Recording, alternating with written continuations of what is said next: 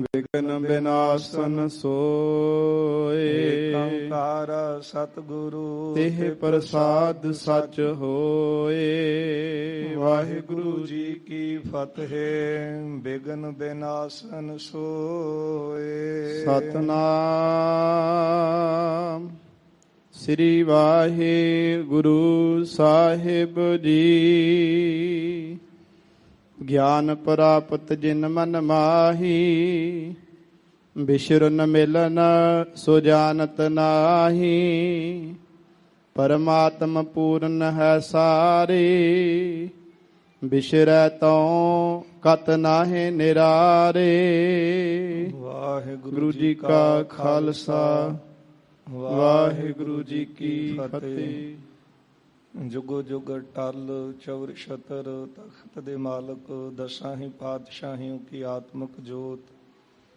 ਧੰਨ ਧੰਨ ਸ੍ਰੀ ਗੁਰੂ ਗ੍ਰੰਥ ਸਾਹਿਬ ਮਹਾਰਾਜ ਸੱਚੇ ਪਾਤਸ਼ਾਹ ਜੀ ਦੀ ਪਾਵਨ ਪਵਿੱਤਰ ਹਜ਼ੂਰੀ ਅੰਦਰ ਗੁਰਦੁਆਰਾ ਮੰਜੀ ਸਾਹਿਬ ਦੀਵਾਨ ਹਾਲ ਸੱਚਖੰਡ ਸ੍ਰੀ ਹਰਿਮੰਦਰ ਸਾਹਿਬ ਸ੍ਰੀ ਅੰਮ੍ਰਿਤਸਰ ਸਾਹਿਬ ਜੀ ਵਿਖੇ ਦਿਨ ਦੇ ਚੌਥੇ ਪਹਿਰ ਦੇ ਸੁੰਦਰ ਦੀਵਾਨ ਚੱਲ ਰਹੇ ਹਨ। ਸਜੇ ਹੋਏ ਦੀਵਾਨਾਂ ਅੰਦਰ ਕਲਯੁਗ ਮਹਿ ਕੀਰਤਨ ਪ੍ਰਧਾਨਾ ਗੁਰਮੁਖ ਜਪੀਐ ਲਾਏ ਧਿਆਨਾ। ਪਾਵਨ ਗੁਰਬਾਣੀ ਦੇ ਕੀਰਤਨ ਆਪ ਸੰਗਤਾਂ ਨੇ ਸਰਵਣ ਕੀਤੇ ਹਨ। ਆਓ ਗੁਰ ਸੰਗਤ ਜੀ, ਹੁਣ ਸਮਾਂ ਹੈ ਜੋ ਚੱਲ ਰਹੀ ਲੜੀਵਾਰ ਗੁਰ ਇਤਿਹਾਸ ਦੀ ਕਥਾ ਆਪਾਂ ਸਰਵਣ ਕਰਦੇ ਆ ਰਹੇ ਹਾਂ। ਪਿਛਲੇ ਦੀਵਾਨਾਂ ਵਿੱਚ ਆਪਾਂ ਸਰਵਣ ਕੀਤਾ ਸੀ ਜਗਤ ਗੁਰੂ ਧੰਨ ਗੁਰੂ ਸ੍ਰੀ ਗੁਰੂ ਨਾਨਕ ਦੇਵ ਸਾਹਿਬ ਸੱਚੇ ਪਾਤਸ਼ਾਹ ਮਹਾਰਾਜ ਸੱਚਖੰਡ ਵਿਖੇ ਸ੍ਰੀ ਅਕਾਲ ਪੁਰਖ ਜੀ ਦੇ ਸਨਮੁਖ ਹੋਏ ਹਨ। ਉਸ ਤੋਂ ਉਪਰੰਤ ਧਰੂ ਲੋਕ ਤੋਂ ਧਰੂ ਮੰਡਲ ਤੋਂ ਭਾਈ ਮਰਦਾਨਾ ਜੀ ਨੂੰ ਭਾਈ ਬਾਲਾ ਜੀ ਨੂੰ ਨਾਲ ਲੈ ਕੇ ਵਾਪਸ ਸਿਲਾਗੀਰ ਤੋਂ ਘਿਰਾਣ ਪਰਬਤ ਤੋਂ ਹੁੰਦਿਆਂ ਹੋਇਆਂ ਉਲਕਾਗਿਰ ਪਰਬਤ ਪਹੁੰਚੇ ਹਨ। ਭਾਈ ਮਰਦਾਨਾ ਜੀ ਦੀ ਬੇਨਤੀ ਕਰਨ ਤੇ ਸਤਿਗੁਰੂ ਜੀ 9 ਖੰਡਾਂ ਦੀ ਸੈਰ ਇਹਨਾਂ ਨੂੰ ਕਰਾਉਂਦੇ ਹਨ। ਪਹਿਲਾ ਇਲਾਬਰਤ ਖੰਡ, ਫਿਰ ਹਿਰਨ ਖੰਡ, ਤੀਜਾ ਖੰਡ ਸੀ ਕਿੰਗਪੁਰ ਖੰਡ, ਚੌਥਾ ਹਰਵਰਖ ਖੰਡ ਤੇ ਪੰਜਵਾਂ ਖੰਡ ਹੈ ਕੁਰਖੰਡ। ਇੱਕ ਐਸਾ ਲੋਕ ਸੀ ਜਿੱਥੋਂ ਦੇ ਲੋਕਾਂ ਦੀ ਵੱਖਰੀ ਹੀ ਇੱਕ ਸੱਭਿਅਤਾ ਸੀ। ਵੱਖਰਾ ਹੀ ਇਹਨਾਂ ਦਾ ਮੰਨਣਾ ਸੀ ਕਿ ਜਦੋਂ ਜੀਵ ਜਨਮ ਲੈਂਦਾ ਸੀ ਉਦੋਂ ਇਹ ਸਾਰੇ ਮਿਲ ਕੇ ਰੋਂਦੇ ਸਨ ਤੇ ਜਦੋਂ ਕੋਈ ਪ੍ਰਾਣੀ ਚੜ੍ਹਾਈ ਕਰ ਜਾਂਦਾ ਸੀ ਉਦੋਂ ਹੱਸਦੇ ਸਨ। ਭਾਈ ਮਰਦਾਨਾ ਜੀ ਸਤਿਗੁਰੂ ਜੀ ਨੂੰ ਬੇਨਤੀ ਕਰਦੇ ਨੇ ਕਿ ਮਹਾਰਾਜ ਇਹ ਕਾਰਨ ਕੀ ਹੈ। ਨਹੀਂ ਤਾਂ ਜਦੋਂ ਬਹੁਤੇ ਤਾਂ ਇਸੇ ਤਰ੍ਹਾਂ ਦੇਖੇ ਨੇ ਕਿ ਜੀਵ ਜਨਮ ਲੈ ਕੇ ਆਏ ਖੁਸ਼ੀ ਮਨਾਉਂਦੇ ਨੇ, ਮਰਨ ਤੇ ਲੋਕ ਸ਼ੋਕ ਮਨਾਉਂਦੇ ਹਨ। ਸੁਣ ਕੇ ਸਤਿਗੁਰੂ ਜੀ ਕਹਿੰਦੇ ਹਨ ਭਾਈ ਮਰਦਾਨਾ ਜੀ ਦੇ ਤਾਈਂ ਪਰ ਜਿਹੜੇ ਗਿਆਨੀ ਨੇ ਨਾ ਉਹਨਾਂ ਦਾ ਸੁਭਾਅ ਇਸ ਤਰ੍ਹਾਂ ਦਾ ਹੁੰਦਾ ਹੈ, ਜਨਮ ਲੈਣ ਤੇ ਤਾਂ ਖੁਸ਼ੀ ਹੈ, ਜਦੋਂ ਕੋਈ ਪ੍ਰਾਣੀ ਚੜ੍ਹਾਈ ਕਰ ਜਾਵੇ ਉਦੋਂ ਵੀ ਪਾਣੀ ਵਿੱਚ ਰਹਿੰਦੇ ਨੇ, ਉਦੋਂ ਵੀ ਅੰਦਰ ਦੀ ਅਵਸਥਾ ਦੇ ਵਿੱਚ ਫਰਕ ਨਹੀਂ ਪੈਣ ਦਿੰਦੇ।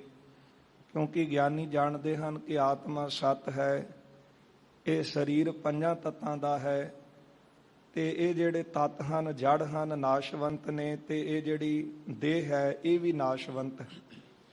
ਪਰ ਮਰਦਾ ਤੇ ਕੁਝ ਵੀ ਨਹੀਂ। ਮਾਟੀ ਮਾਟੀ ਹੋਈ ਏਕ ਰੋਵਨ ਹਾਰੇ ਕੀ ਕਵਨ ਟੇਕ ਕੌਣ ਮੁਆਰੇ ਕੌਣ ਮੁਆ ਬ੍ਰਹਮ ਗਿਆਨੀ ਮਿਲ ਕਰੋ ਵਿਚਾਰ ਇਹ ਤੋਂ ਚਲਤ ਭਇਆ। ਇੰਨੇ ਸਮੇਂ ਵਿੱਚ ਜਿਹੜੇ ਇੱਥੋਂ ਦੇ ਲੋਕ ਸਨ ਇਹਨਾਂ ਨੂੰ ਪਤਾ ਲੱਗਾ ਸਤਿਗੁਰੂ ਜੀ ਦੇ ਆਉਣ ਬਾਰੇ, ਦਰਸ਼ਨ ਕਰਨ ਵਾਸਤੇ ਇਕੱਠੇ ਹੋ ਕੇ ਚੱਲ ਕੇ ਆਏ ਨੇ। ਨਮਸਕਾਰ ਕਰਕੇ ਪਾਸ ਬੈਠ ਗਏ। ਉਸ ਵੇਲੇ ਭਾਈ ਮਰਦਾਨਾ ਜੀ ਨੇ ਇਹਨਾਂ ਦਾ ਬਿਰਤਾਂਤ ਪੁੱਛਿਆ ਹੈ ਕਿ ਦੱਸੋ ਭਾਈ, ਇਹ ਤਾਂ ਉਲਟੀ ਰੀਤੀ ਹੈ ਤੁਹਾਡੀ ਕਿ ਜਨਮ ਵੇਲੇ ਰੋਂਦੇ ਹੋ ਤੇ ਮਰਨ ਵੇਲੇ ਹੱਸਦੇ ਹੋ। ਸੁਣ ਕੇ ਕਹਿਣ ਲੱਗੇ ਸਾਡਾ ਇਸ ਤਰ੍ਹਾਂ ਦਾ ਮੰਨਣਾ ਹੈ ਜਦੋਂ ਵੀ ਜੀਵ ਜਨਮ ਲੈ ਕੇ ਆਉਂਦਾ ਹੈ ਨਾ ਉਦੋਂ ਪਰਮਾਤਮਾ ਤੋਂ ਵਿਛੜਦਾ ਹੈ ਤਾਂ ਰੋਨੇ ਹਾਂ, ਤੇ ਜਦੋਂ ਇਹ ਸੰਸਾਰ ਤੋਂ ਪ੍ਰਾਣੀ ਚੜ੍ਹਾਈ ਕਰਦਾ ਏ ਤੇ ਉਸ ਵੇਲੇ ਹੱਸਦੇ ਤਾਂ ਹਾਂ ਕਿ ਉਹ ਪਰਮੇਸ਼ਰ ਦੇ ਵਿੱਚ ਮਿਲ ਜਾਂਦਾ ਹੈ। ਸੁਣ ਕੇ ਮਹਾਰਾਜ ਇਹਦਾ ਉੱਤਰ ਦਿੰਦੇ ਹਨ, ਸੁਣ ਸ਼੍ਰੀ ਨਾਨਕ ਬੈਨ ਬਖਾਨੇ। ਗੁਰਦੇਵ ਕਹਿਣ ਲੱਗੇ ਪਰਮੇਸ਼ਰ ਕੋ ਮਿਲਨ ਜੋ ਮਹਾ ਬਿਖਮ ਪਹਿਚਾਨ। ਜਿਹੜਾ ਤੁਹਾਡੀ ਇਹ ਮਨੌਤ ਹੈ ਨਾ ਕਿ ਮਰ ਕੇ ਸਾਰੇ ਪਰਮੇਸ਼ਰ ਵਿੱਚ ਲੀਨ ਹੋ ਜਾਂਦੇ ਨੇ, ਗੁਰਦੇਵ ਕਹਿੰਦੇ ਨੇ ਪ੍ਰਮਾਤਮਾ ਨੂੰ ਮਿਲਣਾ ਕਠਿਨ ਹੈ। ਉਹ ਕਿਸ ਤਰ੍ਹਾਂ ਬਿਨ ਸਤ ਸੰਗਤ ਭਗਤ ਤੇ ਜਾਨ ਉਪਾਵਨਾ ਆਨ। ਇੱਕੋ ਇੱਕ ਉਪਾਅ ਹੈ, ਇੱਕੋ ਇੱਕ ਯਤਨ ਹੈ ਪਰਮਾਤਮਾ ਦੀ ਪ੍ਰਾਪਤੀ ਦਾ।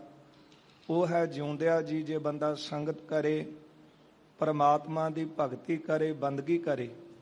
ਇਹੋ ਹੀ ਕੀਤਾ ਹੋਇਆ ਯਤਨ ਅਖੀਰ ਪ੍ਰਭੂ ਦੇ ਵਿੱਚ ਜੀਵ ਨੂੰ ਅਭੇਦ ਕਰਦਾ ਹੈ।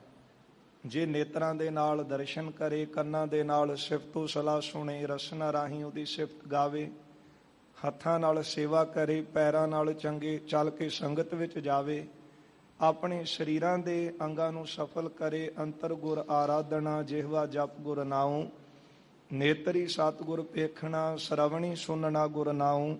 ਸਤਿਗੁਰ ਸੇਤੀ ਰਤਿਆ, ਦਰਗਾਹ ਪਾਈਆ ਠਾਉ। ਉਹਨਾਂ ਨੂੰ ਦਰਗਾਹ ਵਿੱਚ, ਪ੍ਰਭੂ ਚਰਨਾਂ ਵਿੱਚ ਥਾਂ ਮਿਲਦੀ ਹੈ ਜਿਹੜੇ ਇਸ ਦੇਹੀ ਨੂੰ ਸਫਲਾ ਕਰਕੇ ਜਾਂਦੇ ਹਨ। ਮਹਾਰਾਜ ਕਹਿੰਦੇ ਨੇ ਕਿ ਬਾਕੀ ਪ੍ਰੇਮ ਭਗਤੀ ਤੋਂ ਬਿਨਾ, ਪ੍ਰੇਮਾ ਭਗਤੀ ਤੋਂ ਬਿਨਾ, ਨਾਮ ਜਪਣ ਤੋਂ ਬਿਨਾ ਜਿਹੜੇ ਜੀਵ ਹਨ ਉਹ ਪਰਮਾਤਮਾ ਤੋਂ ਵਿਛੜੇ ਹੀ ਰਹਿੰਦੇ ਨੇ। ਪਰ ਜਿਹੜੇ ਪ੍ਰੇਮਾ ਭਗਤੀ ਕਰਦੇ ਨੇ, ਨਾਮ ਜਪਦੇ ਨੇ, ਉਹ ਤਾਂ ਪਹਿਲਾਂ ਹੀ ਮਿਲੇ ਹੋਏ ਨੇ। ਉਹ ਤਾਂ ਜਿਉਂਦਿਆਂ ਜੀ ਮਿਲੇ ਹਨ। ਮਿਲਿਆ ਕਾ ਕਿਆ ਮੇਲੀ। ਜਿਹੜੇ ਜਿਉਂਦਿਆਂ ਜੀ ਮਿਲੇ ਨੇ ਉਹਨਾਂ ਦਾ ਮਰਨ ਤੋਂ ਬਾਅਦ ਕੀ ਦੇਖਣਾ ਮਿਲ ਗਏ, ਉਹ ਤਾਂ ਜਿਉਂਦਿਆਂ ਜੀ ਪਤਾ ਲੱਗ ਜਾਂਦਾ ਹੈ। ਜਦੋਂ ਕੋਈ ਪ੍ਰਾਣੀ ਚੜ੍ਹਾਈ ਕਰ ਜਾਂਦਾ ਹੈ ਤੇ ਆਪਾਂ ਕਹਿੰਦੇ ਆ ਕਿ ਗਿਆ ਕਿੱਧਰ ਨੂੰ ਹੈ, ਤੇ ਗੁਰਦੇਵ ਕਹਿੰਦੇ ਜਿਉਂਦਿਆਂ ਜੀ ਉਹਦਾ ਆਪਾਂ ਅੰਦਾਜ਼ਾ ਲਾ ਸਕਦੇ ਹਾਂ ਕਿ ਜੇ ਜਿਉਂਦਿਆਂ ਜੀ ਕਰਮ ਚੰਗੇ ਨੇ, ਸੰਗਤ ਕਰਦਾ ਹੈ, ਸਿਮਰਨ ਕਰਦਾ ਹੈ, ਬੰਦਗੀ ਭਗਤੀ ਸਿਮਰਨ ਕਰਦਾ ਹੈ। ਕਬੀਰ ਸੰਤ ਮੋਏ ਕਿਆ ਰੋਈਆ, ਜੋ ਆਪਣੇ ਗ੍ਰਹਿ ਜਾਏ, ਰੋਵੋ ਸਾਕਤ ਵਾਪਰੈ, ਜੋ ਹਾਟੈ ਹਾਟ ਬਿਕਾਏ। ਇਹ ਮਹਾਰਾਜ ਜੀ ਨੇ ਉੱਤਰ ਇਹਨਾਂ ਨੂੰ ਦਿੱਤਾ ਹੈ, ਉਪਦੇਸ਼ ਦੇ ਰਹੇ ਹਨ ਸਤਿਗੁਰੂ ਜੀ। ਜਿਹੜਾ ਪੁਰਖੰਡ ਹੈ, ਤਵਾਰੀ ਖਾਲਸਾ ਵਾਲਿਆਂ ਨੇ ਇਸ ਨੂੰ ਚੀਨ ਦਾ ਸੈਲਾ ਇਲਾਕਾ ਲਿਖਿਆ ਹੈ। ਸੋ ਅੱਜ ਵੀ ਉੱਥੇ ਕਾਰ ਸੇਵਾ ਵਾਲੇ ਮਹਾਂਪੁਰਖ ਸੇਵਾਵਾਂ ਕਰਾ ਰਹੇ ਹਨ।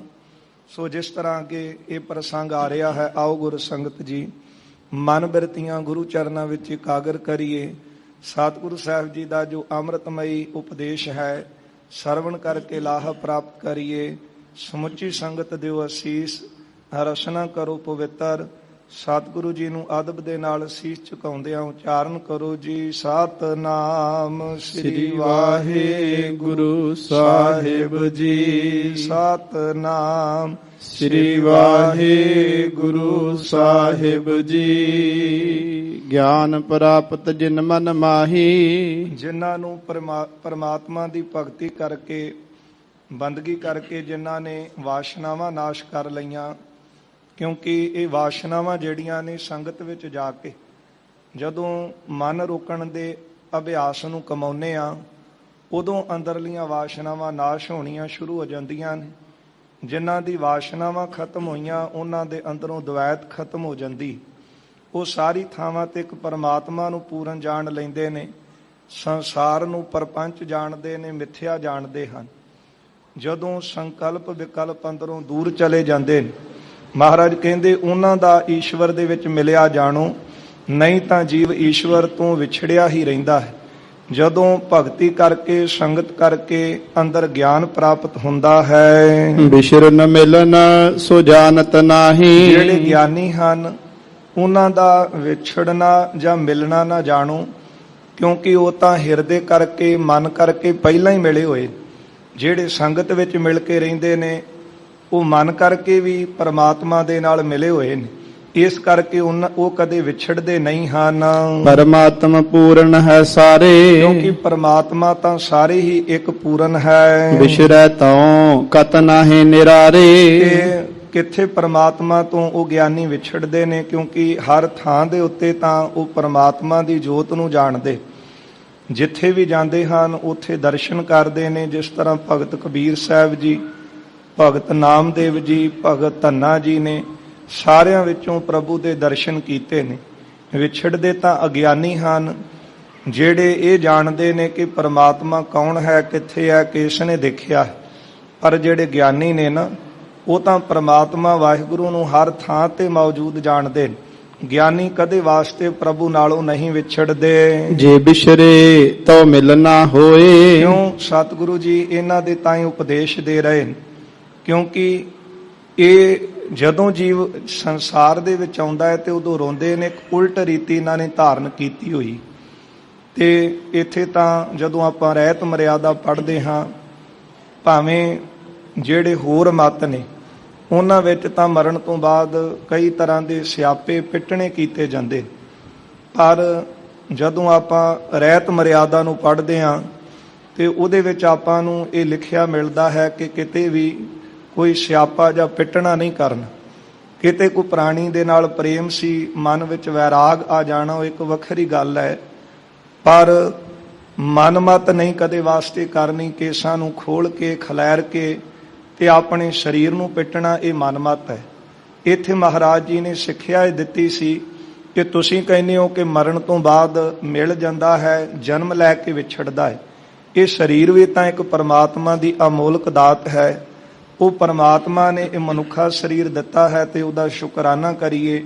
ਇਹ ਸਰੀਰ ਨੂੰ ਇੱਕ ਸਾਧਨ ਜਾਣ ਕੇ ਪਰਮਾਤਮਾ ਤੱਕ ਪਹੁੰਚ ਕਰ ਸਕਦੇ ਹਾਂ। ਇਸ ਕਰਕੇ ਦਿੱਤੀ ਹੋਈ ਦਾਤ ਨੂੰ, ਪਰਮਾਤਮਾ ਦੀ ਨੂੰ ਜਾਣ ਕੇ ਪ੍ਰਭੂ ਦੀ ਭਗਤੀ ਕਰੀਏ, ਉਹਦਾ ਸ਼ੁਕਰ ਕਰੀਏ।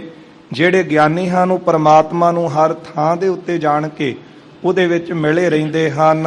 ਨਾਤੁਰ ਮਿਥਿਆ ਕਹਿਨੇ ਦੋਏ। ਗੁਰਦੇਵ ਕਹਿੰਦੇ ਹਨ ਕਿ ਜੇ ਜਿਉਂਦਿਆਂ ਜੀ ਨਹੀਂ ਮਿਲੇ ਤਾਂ ਫਿਰ ਇਹ ਦੋਵੇਂ ਗੱਲਾਂ ਝੂਠੀਆਂ ਨੇ, ਜਿਹੜੀਆਂ ਤੁਸੀਂ ਮੰਨਦੇ ਹੋ ਨਾ ਕਿ ਜਨਮ ਲੈ ਕੇ ਵਿਛੜਿਆ ਸੀ ਤੇ ਮਰਨ ਤੋਂ ਬਾਅਦ ਮਿਲ ਗਿਆ।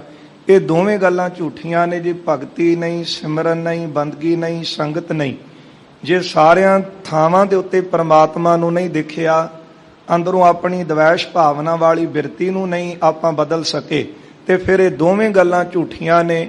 ਜਿਉਂਦਿਆਂ ਜੀ ਤਾਂ ਪਾਪ ਕਰਦੇ ਰਹੇ, ਇੱਕ ਦੂਜੇ ਨਾਲ ਈਰਖਾ ਵਸ ਹੋ ਕਰਕੇ ਇੱਕ ਦੂਜੇ ਦਾ ਹੀ ਨੁਕਸਾਨ ਕਰਦੇ ਰਹੇ, ਬੁਰਾ ਮੰਗਦੇ ਰਹੇ, ਤੇ ਕਹੀਏ ਕਿ ਮਰਨ ਤੋਂ ਬਾਅਦ ਉਹ ਪਰਮਾਤਮਾ 'ਚ ਮਿਲ ਗਿਆ। ਗੁਰਦੇਵ ਕਹਿੰਦੇ ਇਸ ਤਰ੍ਹਾਂ ਨਹੀਂ, ਇਹ ਦੋਵੇਂ ਗੱਲਾਂ ਝੂਠੀਆਂ ਨੇ। ਕਿਹੜੀਆਂ? ਜੇ ਜਿਉਂਦਿਆਂ ਜੀ ਭਗਤੀ, ਸਿਮਰਨ, ਬੰਦਗੀ ਨਹੀਂ ਕੀਤੀ, ਭਰਮ ਹਿਰਦੇ 'ਚੋਂ ਦੂਰ ਨਾ ਹੋਇਆ, ਈਰਖਾ ਦਵੈਸ਼ ਨੂੰ ਨਾ ਮੁਕਾ ਸਕੇ, ਤੇ ਫਿਰ ਮਰਨ ਤੋਂ ਬਾਅਦ ਵੀ ਇਹ ਭਟਕਦਾ ਹੈ ਜੀਵ। ਵਿਆਪਕ ਦਿਸੈ ਜਿਉ ਆਕਾਸ਼ਾ। ਜਿਸ ਤਰ੍ਹਾਂ ਇੱਕ ਆਕਾਸ਼ ਸਾਰੇ ਹੀ ਵਿਆਪਕ ਹੈ। ਘਟ ਉਪਾਦ ਵਤ ਮਾਇਆ ਪਾਸਾ। ਹੁਣ ਆਪਾਂ ਨੂੰ ਘੜੇ ਦੀ ਉਪਾਧੀ ਕਰਕੇ ਕਈ ਤਰ੍ਹਾਂ ਦੇ ਆਕਾਸ਼ ਦਿਖਦੇ ਨੇ। ਇਸੇ ਤਰ੍ਹਾਂ ਗੁਰਦੇਵ ਕਹਿੰਦੇ ਨੇ ਮਾਇਆ ਦੀ ਉਪਾਧੀ ਕਰਕੇ ਨਾ ਇਹ ਜੀਵ ਸਾਨੂੰ ਦਿਖ ਰਹੇ ਨੇ ਵੱਖਰੇ ਵੱਖਰੇ। ਜਦੋਂ ਗਿਆਨੀ ਨੂੰ ਗਿਆਨ ਪ੍ਰਾਪਤ ਹੁੰਦਾ ਹੈ ਗੁਰੂ ਦਾ ਦਿੱਤਾ ਹੋਇਆ, ਉਹਨੂੰ ਫਿਰ ਸਾਰੀਆਂ ਥਾਵਾਂ ਦੇ ਉੱਤੇ ਇੱਕ ਬ੍ਰਾਹਮੀ ਦਿਸਦਾ ਹੈ। ਆਪਾਂ ਨੂੰ ਹਲੇ ਵੱਖ ਦਿਸ ਰਹੇ ਨੇ। ਉਹ ਕਿਉਂ? ਜਿਸ ਤਰ੍ਹਾਂ ਆਕਾਸ਼ ਤਾਂ ਇੱਕ ਹੀ ਹੈ ਨਾ, ਤੇ ਹੁਣ ਥੱਲੇ ਆਪਾਂ ਧਰਤੀ ਤੇ ਘੜੇ ਭਰ ਕੇ ਰੱਖ ਦਈਏ ਪਾਣੀ ਦੇ। ਹੁਣ 100 ਘੜਾ ਭਰ ਦਈਏ, 1000 ਘੜਾ ਭਰ ਕੇ ਰੱਖ ਦਈਏ, ਲੱਖ ਘੜਾ ਭਰ ਕੇ ਰੱਖੀਏ, ਤਾਂ ਉਹਦੇ ਵਿੱਚ ਦੇਖਾਂਗੇ ਤਾਂ ਸਾਰਿਆਂ ਦੇ ਵਿੱਚ ਸਾਨੂੰ ਆਕਾਸ਼ ਦਿਸੇਗਾ। ਤੇ ਜੇ ਸਾਡੇ ਅੰਦਰ ਅਗਿਆਨਤਾ ਹੈ ਫਿਰ ਕਵਾਂਗੇ ਕਿ ਇੰਨੇ ਜ਼ਿਆਦੇ ਆਕਾਸ਼ ਨੇ, ਪਰ ਆਕਾਸ਼ ਤਾਂ ਇੱਕ ਹੀ ਹੈ। ਜਦੋਂ ਘੜਾ ਟੁੱਟ ਗਿਆ, ਪਾਣੀ ਡੁੱਲਿਆ, ਤੇ ਉਹ ਜਿਹੜਾ ਆਕਾਸ਼ ਸੀ ਉਹ ਤਾਂ ਇੱਕ ਹੀ ਰਿਹਾ ਹੈ। ਇਸੇ ਤਰ੍ਹਾਂ ਹੀ ਸਰੀਰ ਰੂਪੀ ਘੜਾ ਹੈ, ਸਵਾਸ ਰੂਪੀ ਪਾਣੀ ਅੰਦਰ ਚੱਲਦਾ ਹੈ, ਤੇ ਜਿਹੜੀ ਜੋਤ ਹੈ ਉਹ ਪਰਮਾਤਮਾ ਦੀ ਸਾਰਿਆਂ ਦੇ ਅੰਦਰ, ਉਹ ਪ੍ਰਭੂ ਦੀ ਸੱਤਾ ਹੈ, ਪ੍ਰਭੂ ਦੀ ਹੀ ਅੰਸ਼ ਹੈ। ਸਿਰਫ ਇੱਕ ਸਰੀਰਾਂ ਕਰਕੇ ਸਾਨੂੰ ਵੱਖਰੇ ਵੱਖਰੇ ਸਰੀਰ ਦਿਸ ਰਹੇ, ਪਰ ਸਾਰਿਆਂ ਦੇ ਅੰਦਰ ਇੱਕ ਮਾਇਆ ਦਾ ਹੀ ਪਸਾਰਾ ਹੈ, ਤਾਂ ਕਰਕੇ ਸਾਨੂੰ ਵੱਖ-ਵੱਖ ਦਿਸਦੇ ਹਨ। ਪਰ ਜਦੋਂ ਇੱਕ ਪ੍ਰਮਾਤਮਾ ਦੀ ਜੋਤ ਨੂੰ ਦੇਖਿਆ, ਜਦੋਂ ਇੱਕ ਆਕਾਸ਼ ਵੱਲ ਉੱਪਰ ਵੇਖਾਂਗੇ ਤੇ ਆਕਾਸ਼ ਇੱਕ ਹੀ ਦਿਸੇਗਾ। ਫਰਕ ਸਿਰਫ ਇੰਨਾ ਸੀ ਕਿ ਸਾਡਾ ਧਿਆਨ ਥੱਲੇ ਸੀ, ਘੜਿਆਂ ਵੱਲ ਸੀ। ਹਲੇ ਸਾਡਾ ਧਿਆਨ ਕੇਵਲ ਮਾਇਆ ਵਾਲੀ ਮਾਇਆਵੀ ਬਿਰਤੀ ਹੋਣ ਕਰਕੇ ਸਰੀਰਾਂ ਵਿੱਚ ਹੈ ਕਿ ਫਲਾਣਾ ਹੈ, ਉਹ ਫਲਾਣਾ ਹੈ, ਉਹ ਮੇਰਾ ਆਪਣਾ ਹੈ ਤੇ ਉਹ ਬਗਾਨਾ ਹੈ, ਤਾਂ ਕਰਕੇ ਇੱਕ ਦੂਜੇ ਨਾਲ ਈਰਖਾ ਹੈ, ਦਵੈਤ ਹੈ। ਪਰ ਜਿੱਦਣ ਆਪਾਂ ਆਪਣੀ ਬਿਰਤੀ ਨੂੰ ਤਾਂ ਚੱਕਾਂਗੇ, ਪ੍ਰਭੂ ਦੇ ਵਿੱਚ ਲੀਨ ਕਰਾਂਗੇ ਨਾ, ਫਿਰ ਸਾਰਿਆਂ ਦੇ ਵਿੱਚ ਇੱਕ ਜੋਤ ਦਿਸੇਗੀ। ਸਭ ਗੋਬਿੰਦ ਹੈ, ਸਭ ਗੋਬਿੰਦ ਹੈ, ਗੋਬਿੰਦ ਬਿਨ ਨਹੀਂ ਕੋਈ। ਮਹਾਰਾਜ ਦੇ ਪਾਵਨ ਬਚਨ ਬਾਣੀ ਅੰਦਰ ਪੜ੍ਹਦੇ ਹਾਂ, ਸਹਿਸ ਤਵ ਨੈਣ ਨਨ ਨੈਣ ਹੈ ਤੋਹੇ ਕਉ।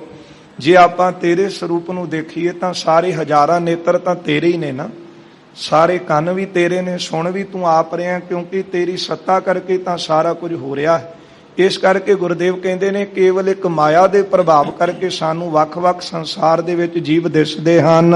ਦੋਹਰਾ ਘਟ ਫੂਟੈ ਆਕਾਸ਼ ਸਭ, ਜਦੋਂ ਘਟ ਫੂਟੇ ਘੜਾ ਟੁੱਟ ਜਾਵੇ ਤੇ ਆਕਾਸ਼ ਇੱਕ ਹੀ ਰਹਿ ਜਾਂਦਾ ਹੈ। ਤਿਉ ਮਾਇਆ ਹਵੈ ਹਾਨ, ਇਸ ਤਰ੍ਹਾਂ ਮਾਇਆ ਦੀ ਹਾਨੀ ਕਰਨ ਕਰਕੇ, ਕਿਉਂਕਿ ਮਾਇਆ ਦੁਆਰਾ ਹੀ ਇਹ 3 ਗੁਣ ਬਣੇ ਨੇ, ਫਿਰ ਅੱਗੇ 5 ਤੱਤ ਬਣੇ।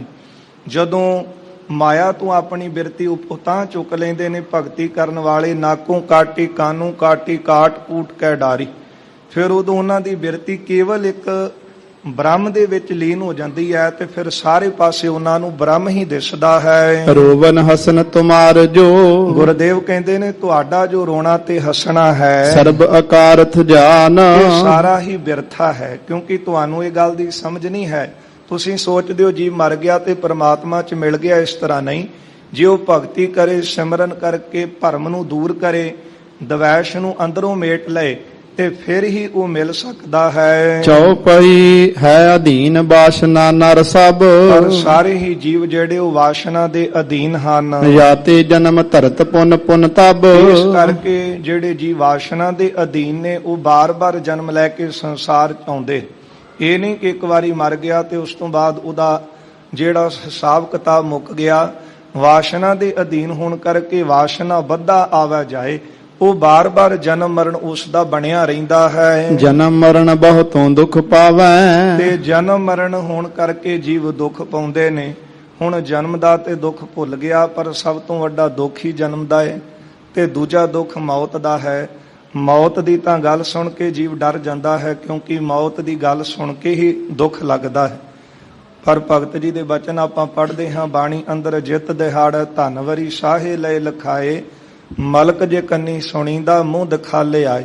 ਜਿੰਦ ਨਿਮਾਣੀ ਕੱਢੀ ਹੈ ਹੱਡਾਂ ਕੂਕੜਕਾਏ, ਤੇ ਬਹੁਤ ਵੱਡਾ ਦੁੱਖ ਹੈ ਨਾ ਜਦੋਂ ਹੱਡਾਂ ਨੂੰ ਭੰਨ ਕੇ ਇਹ ਨਿਮਾਣੀ ਜਿੰਦ ਨੂੰ ਉਹ ਜਿਹੜੇ ਮੌਤ ਦੇ ਫਰਿਸ਼ਤੇ ਨੇ ਉਹ ਕੱਢਦੇ ਨੇ। ਕਹਿੰਦੇ ਹਲੇ ਤਾਂ ਕਿਸੇ ਦੇ ਘਰ ਆਈ ਸੁਣੀ ਦੀ ਸੀ ਨਾ, ਪਰ ਹੁਣ ਉਸ ਮੌਤ ਨੇ ਸਾਹਮਣੇ ਆ ਕੇ ਮੂੰਹ ਦਿਖਾਇਆ, ਬਹੁਤ ਦੁੱਖ ਲੱਗਾ। ਇਸ ਕਰਕੇ ਗੁਰਦੇਵ ਕਹਿੰਦੇ ਨੇ ਜਨਮ ਮਰਨ ਦਾ ਦੁੱਖ ਤਾਂ ਬਣਿਆ ਹੀ ਰਹਿੰਦਾ ਹੈ ਵਾਸ਼ਨਾ ਕਰਕੇ। ਬਾਰ ਬਾਰ ਆਵੈ ਜਗ ਜਾਵੈ, ਬਾਰ-ਬਾਰ ਜਨਮ ਲੈ ਕੇ ਜੀਵ ਸੰਸਾਰ ਵਿੱਚ ਆਉਂਦੇ ਨੇ ਤੇ ਮਰ ਕੇ ਫੇਰ ਜਾਂਦੇ ਹਨ। ਖੂਹ ਦੀਆਂ ਟੰਡਾਂ ਵਾਂਗੂ ਇਹ ਚੱਲਦਾ ਹੀ ਰਹਿੰਦਾ ਹੈ। ਗੁਰ ਕੀ ਵਾਕ ਸੁਨੇ ਅਸ ਜਬ ਹੀ, ਪਰ ਜਿਹੜੇ ਮਨ ਨੂੰ ਟਿਕਾ ਕੇ ਗੁਰੂ ਦੇ ਬਚਨ ਨੂੰ ਸੁਣਦੇ ਹਨ, ਹਿਰਦੈ ਵਿਚਾਰ ਕਿਉ ਨਰ ਸਭ ਹੀ, ਅਤੇ ਗੁਰੂ ਸਾਹਿਬ ਧੰਨ ਗੁਰੂ ਨਾਨਕ ਸਾਹਿਬ ਜੀ ਦੇ ਬਚਨ ਜਿਹੜੇ ਸੀ ਨਾ, ਇਸ ਕੁਰਖੰਡ ਜਿਹੜੇ ਲੋਕ ਸਨ ਇੱਥੋਂ ਦੇ, ਇਹਨਾਂ ਨੇ ਸੁਣੇ ਹਨ। ਜਿਹੜਾ ਚੀਨ ਦਾ ਇਲਾਕਾ ਸੀ, ਇਹਨਾਂ ਨੇ ਗੁਰੂ ਸਾਹਿਬ ਜੀ ਦੇ ਬਚਨ ਸੁਣੇ ਹਨ ਅਤੇ ਇਹਨਾਂ ਬਚਨਾਂ ਨੂੰ ਸੱਚ ਮੰਨਿਆ ਹੈ। ਸਤ ਬਚਨ ਇਨ ਸੰਤ ਬਖਾਨੇ, ਸਾਰਿਆਂ ਨੇ ਜਾਣਿਆ ਕਿ ਇਹਨਾਂ ਦੇ ਬਚਨ ਸੱਚ ਹਨ ਤੇ ਸੋ ਇਹ ਜੋ ਕਹਿੰਦੇ ਹਨ ਇਹ ਸੱਚ ਹੈ। ਮਤ ਹਮਾਰ ਮਿਥਿਆ ਪਹਿਚਾਨੇ, ਆਪਣੀ ਮਤ ਨੂੰ ਮਿਥਿਆ ਝੂਠਾ ਜਾਣਿਆ। ਜੋ ਇਹ ਮੰਨਦੇ ਸਨ ਕਿ ਜਨਮ ਵੇਲੇ ਰੋਣਾ ਤੇ ਮੌਤ ਵੇਲੇ ਹੱਸਣਾ, ਆਪਣੀ ਮਤ ਨੂੰ ਇਹਨਾਂ ਨੇ ਝੂਠਾ ਮੰਨਿਆ ਹੈ। ਬਿਨ ਸੰਦੇਹ ਭਏ ਜਬ ਸੁਨ ਕੈ, ਜਦੋਂ ਗੁਰੂ ਸਾਹਿਬ ਦਾ ਉਪਦੇਸ਼ ਇਹਨਾਂ ਨੇ ਸੁਣਿਆ ਨਾ, ਸੁਣ ਕੇ ਮਹਾਰਾਜ ਦਾ ਉਪਦੇਸ਼ ਬਿਨਾਂ ਸ਼ੰਕੇ ਤੋਂ ਮਨ ਹੋ ਗਏ। ਬੰਧਨ ਕਰਤ ਭਏ ਗੁਰ ਗੁਣ ਕੈ, ਇਹਨਾਂ ਸਾਰਿਆਂ ਨੇ ਗੁਰੂ ਸਾਹਿਬ ਜੀ ਦੇ ਗੁਣਾਂ ਨੂੰ ਜਾਣ ਕੇ ਕਿ ਗੁਣਵਾਨ ਹਨ, ਸੰਤ ਪੁਰਖ ਹਨ, ਇਹ ਜਾਣ ਕੇ ਤੇ ਮਹਾਰਾਜ ਜੀ ਦੇ ਚਰਨਾਂ ਦੇ ਉੱਤੇ ਪਏ ਹਨ। ਸਾਰਿਆਂ ਨੇ ਮਿਲ ਕੇ ਸਿਜਦਾ ਕੀਤੀ ਹੈ। ਜਿੱਥੇ ਚੀਨ ਦੇ ਵਿੱਚ ਗੁਰੂ ਸਾਹਿਬ ਜੀ ਨੇ ਮੁਬਾਰਕ ਚਰਨ ਪਾ ਕੇ ਇਹਨਾਂ ਨੂੰ ਵੀ ਉਪਦੇਸ਼ ਦਿੱਤਾ, ਫਿਰ ਸਤਿਗੁਰੂ ਜੀ ਤਿੱਬਤ ਦੇ ਇਲਾਕੇ ਦੇ ਵਿੱਚ ਪਹੁੰਚਦੇ ਨੇ। ਉਹ ਤਿੱਬਤੀ ਵੀ ਧੰਨ ਗੁਰੂ ਨਾਨਕ ਦੇਵ ਮਹਾਰਾਜ ਜੀ ਦੇ ਚਰਨਾਂ ਦੇ ਉਪਾਸ਼ਕ ਹਨ।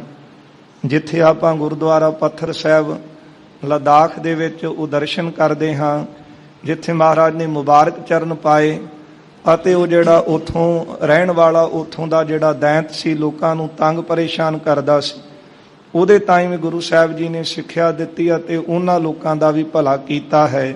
ਇਉਂ ਸਾਰੇ ਲੋਕਾਂ ਨੇ ਮਹਾਰਾਜ ਦੇ ਚਰਨਾਂ ਦੇ ਉੱਤੇ ਸਿਜਦਾ ਕੀਤੀ, ਨਮਸਕਾਰਾਂ ਕੀਤੀਆਂ ਨੇ। ਬਿਨੈ ਕਰਤ ਪੇ ਬਾਰੰਬਾਰੀ, ਬਾਰ-ਬਾਰ ਸਤਿਗੁਰਾਂ ਨੂੰ ਪੂਰਨ ਸੰਤ ਜਾਣ ਕੇ, ਪੂਰਨ ਪੁਰਖ ਜਾਣ ਕੇ ਨਮਸਕਾਰ ਕਰਦੇ ਹਨ। ਹਮਰੀ ਗਤ ਕੀਜੈ ਗਤਕਾਰੀ, ਕਹਿਣ ਲੱਗਿਆ ਮੁਕਤੀ ਦੇ ਦਾਤੇ ਸਤਿਗੁਰੂ ਕਿਰਪਾ ਕਰੋ, ਸਾਡੀ ਵੀ ਗਤ ਕਲਿਆਣ ਕਰੋ। ਜਾਣ ਗਏ ਨਾ ਪਹਿਲਾਂ ਤੇ ਇੰਨਾ ਕੀ ਗਿਆਨ ਸੀ ਕਿ ਮਰਨ ਤੋਂ ਬਾਅਦ ਸਾਰੇ ਹੀ ਮਿਲ ਜਾਂਦੇ, ਪਰ ਹੁਣ ਗਿਆਨ ਕਰਾ ਦਿੱਤਾ ਸਤਿਗੁਰਾਂ ਨੇ ਕਿ ਮਿਲਦੇ ਤਾਂ ਕਮਾਈ ਵਾਲੇ ਹਨ, ਭਗਤੀ ਵਾਲੇ, ਸਿਮਰਨ ਵਾਲੇ। ਤਾਈਓ ਤਾਂ ਮਨੁੱਖਾਂ ਦੇ ਹੀ ਮਿਲੀ ਹੈ। ਜਿਨ੍ਹਾਂ ਨੇ ਕਮਾਈ ਕੀਤੀ ਹੈ ਉਹ ਕਮਾਈ ਕਰਨ ਵਾਲੇ ਪ੍ਰਭੂ ਚਰਨ ਵਿੱਚ ਅਭੇਦ ਹੁੰਦੇ ਨੇ। ਇਹ ਜਾਣ ਗਏ ਤੇ ਕਹਿੰਦੇ ਨੇ ਕਿ ਮਹਾਰਾਜ ਕਿਰਪਾ ਕਰੋ, ਹੁਣ ਸਾਨੂੰ ਤਾਂ ਗਿਆਨ ਨਹੀਂ ਸੀ, ਅਸੀਂ ਤਾਂ ਗਿਆਨ ਤੋਂ ਸਖਣੇ ਸੀ, ਹੁਣ ਗਿਆਨ ਹੋਇਆ ਹੈ, ਆਪ ਜੀ ਕਿਰਪਾ ਕਰਕੇ ਮੁਕਤੀ ਦੇ ਦਾਤੇ ਜੀ ਸਾਡੀ ਕਲਿਆਣ ਕਰੋ। ਨਿਜ ਉਪਦੇਸ਼ ਦੀਜੀਏ ਹਮਕੋ, ਆਪ ਜੀ ਆਪਣਾ ਉਪਦੇਸ਼ ਸਾਡੇ ਤਾਈਂ ਦੇਵੋ। ਸ਼ਰਨ ਪਰੇ ਕੀ ਲੱਜਿਆ ਤੁਮਕੋ, ਤੁਹਾਡੀ ਅਸੀਂ ਸ਼ਰਨ ਦੇ ਵਿੱਚ ਪਏ ਆ ਨਾ, ਤੇ ਹੁਣ ਸ਼ਰਨ ਆਇਆਂ ਦੀ ਲੱਜਾ ਰੱਖੋ। ਸੁਨ ਅਧੀਨਤਾ ਤਿਨ ਜਗਤੇਸ਼ਾ, ਜਗਤ ਦੇ ਮਾਲਕ ਸਤਿਗੁਰਾਂ ਨੇ ਇਹਨਾਂ ਨੂੰ ਅਧੀਨ ਹੋਇਆਂ ਦੇਖਿਆ। ਮਨ ਬਾਣੀ ਸਰੀਰ ਕਰਕੇ ਸਤਿਗੁਰਾਂ ਦੇ ਚਰਨ ਜਿਨ੍ਹਾਂ ਫੜੇ ਹਨ, ਦੇਤ ਭਏ ਆਪਣੇ ਉਪਦੇਸ਼ਾ, ਸਤਿਗੁਰੂ ਜੀ ਨੇ ਇਹਨਾਂ ਦੇ ਤਾਈਂ ਕਲਿਆਣ ਕਰਨ ਵਾਸਤੇ, ਜਿਸ ਕਾਰਨ ਵਾਸਤੇ ਸਤਿਗੁਰੂ ਨੇ ਤਨ ਧਾਰਿਆ ਹੈ, ਜਿਹੜਾ ਉਪਦੇਸ਼ ਸਤਿਗੁਰੂ ਜੀ ਨੇ ਸਾਰਿਆਂ ਦੇ ਤਾਈਂ ਦਿੱਤਾ ਹੈ, ਇਹੋ ਉਪਦੇਸ਼ ਸਤਿਗੁਰੂ ਜੀ ਨੇ ਇਹਨਾਂ ਦੇ ਤਾਈਂ ਵੀ ਬਖਸ਼ਿਆ ਹੈ। ਕਿਉਂਕਿ ਬਾਕੀ ਜਿਹੜੇ ਹੋਰ ਮਤ ਮਤਾਂਤਰ ਹਨ ਉਹ ਉਹਨਾਂ ਮਤਾਂ ਵਾਸਤੇ ਹੀ ਹਨ ਤੇ ਉਹਨਾਂ ਦੇ ਤਾਈਂ ਹੀ ਉਪਦੇਸ਼ ਦਿੰਦੇ, ਪਰ ਸਤਿਗੁਰੂ ਜੀ ਨੇ ਕਲਯੁਗ ਬਾਬੇ ਤਾਰਿਆ, ਸਤਨਾਮ ਪੜ ਮੰਤਰ ਸੁਣਾਇਆ, ਕਲ ਤਾਰਨ ਗੁਰੂ ਨਾਨਕ ਆਇਆ। ਬਾਬੇ ਡਿੱਠੀ ਪ੍ਰਿਥਵੀ ਨਵੇਂ ਖੰਡ ਜਿੱਥੈ ਤੱਕ ਆਹੀ, ਨਵਾਂ ਖੰਡਾਂ ਤੱਕ ਜਿੱਥੋਂ ਤੱਕ ਇਹ ਧਰਤੀ ਦਾ ਪਸਾਰਾ ਸੀ, ਸਤਿਗੁਰਾਂ ਨੇ ਸਾਰਿਆਂ ਦੇ ਤਾਈਂ ਉਪਦੇਸ਼ ਦਿੱਤਾ। ਮਹਾਰਾਜ ਕਿਰਪਾ ਕਰਨ ਲੱਗੇ, ਉਪਦੇਸ਼ ਦੇਣ ਲੱਗੇ ਹਨ। ਸਤਨਾਮ ਸਿਮਰੋ ਲਿਵ ਲਾਵੋ, ਆਪਣੀ ਲਿਵ ਨੂੰ ਜੋੜ ਕੇ ਇੱਕ ਪ੍ਰਭੂ ਦੀ ਭਗਤੀ ਕਰੋ, ਸਤਨਾਮ ਸਿਮਰੋ।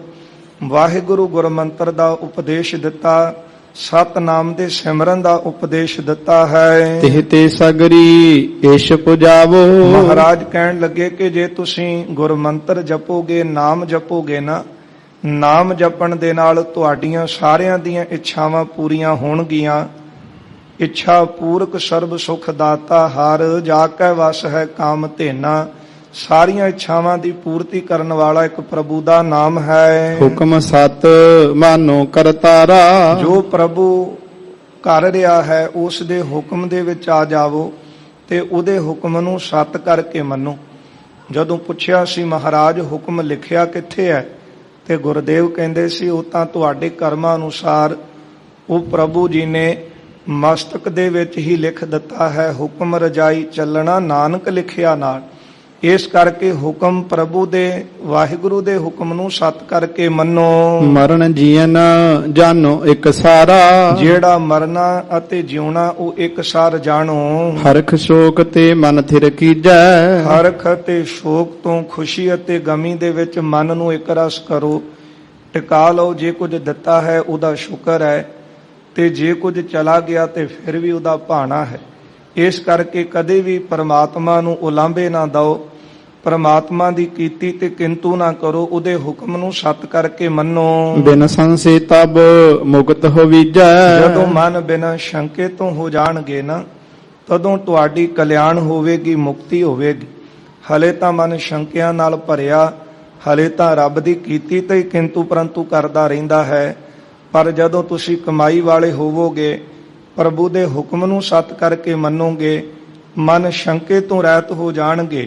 ਜੋ ਕੁਝ ਕਰ ਰਿਹਾ ਹੈ ਉਹਦੇ ਵਿੱਚ ਸਾਡਾ ਭਲਾ ਹੈ, ਸਾਡਾ ਹੀ ਜਿਹੜਾ ਹੈ ਉਹ ਸੁੱਖ ਮਿਲਣਾ ਹੈ ਸਾਨੂੰ।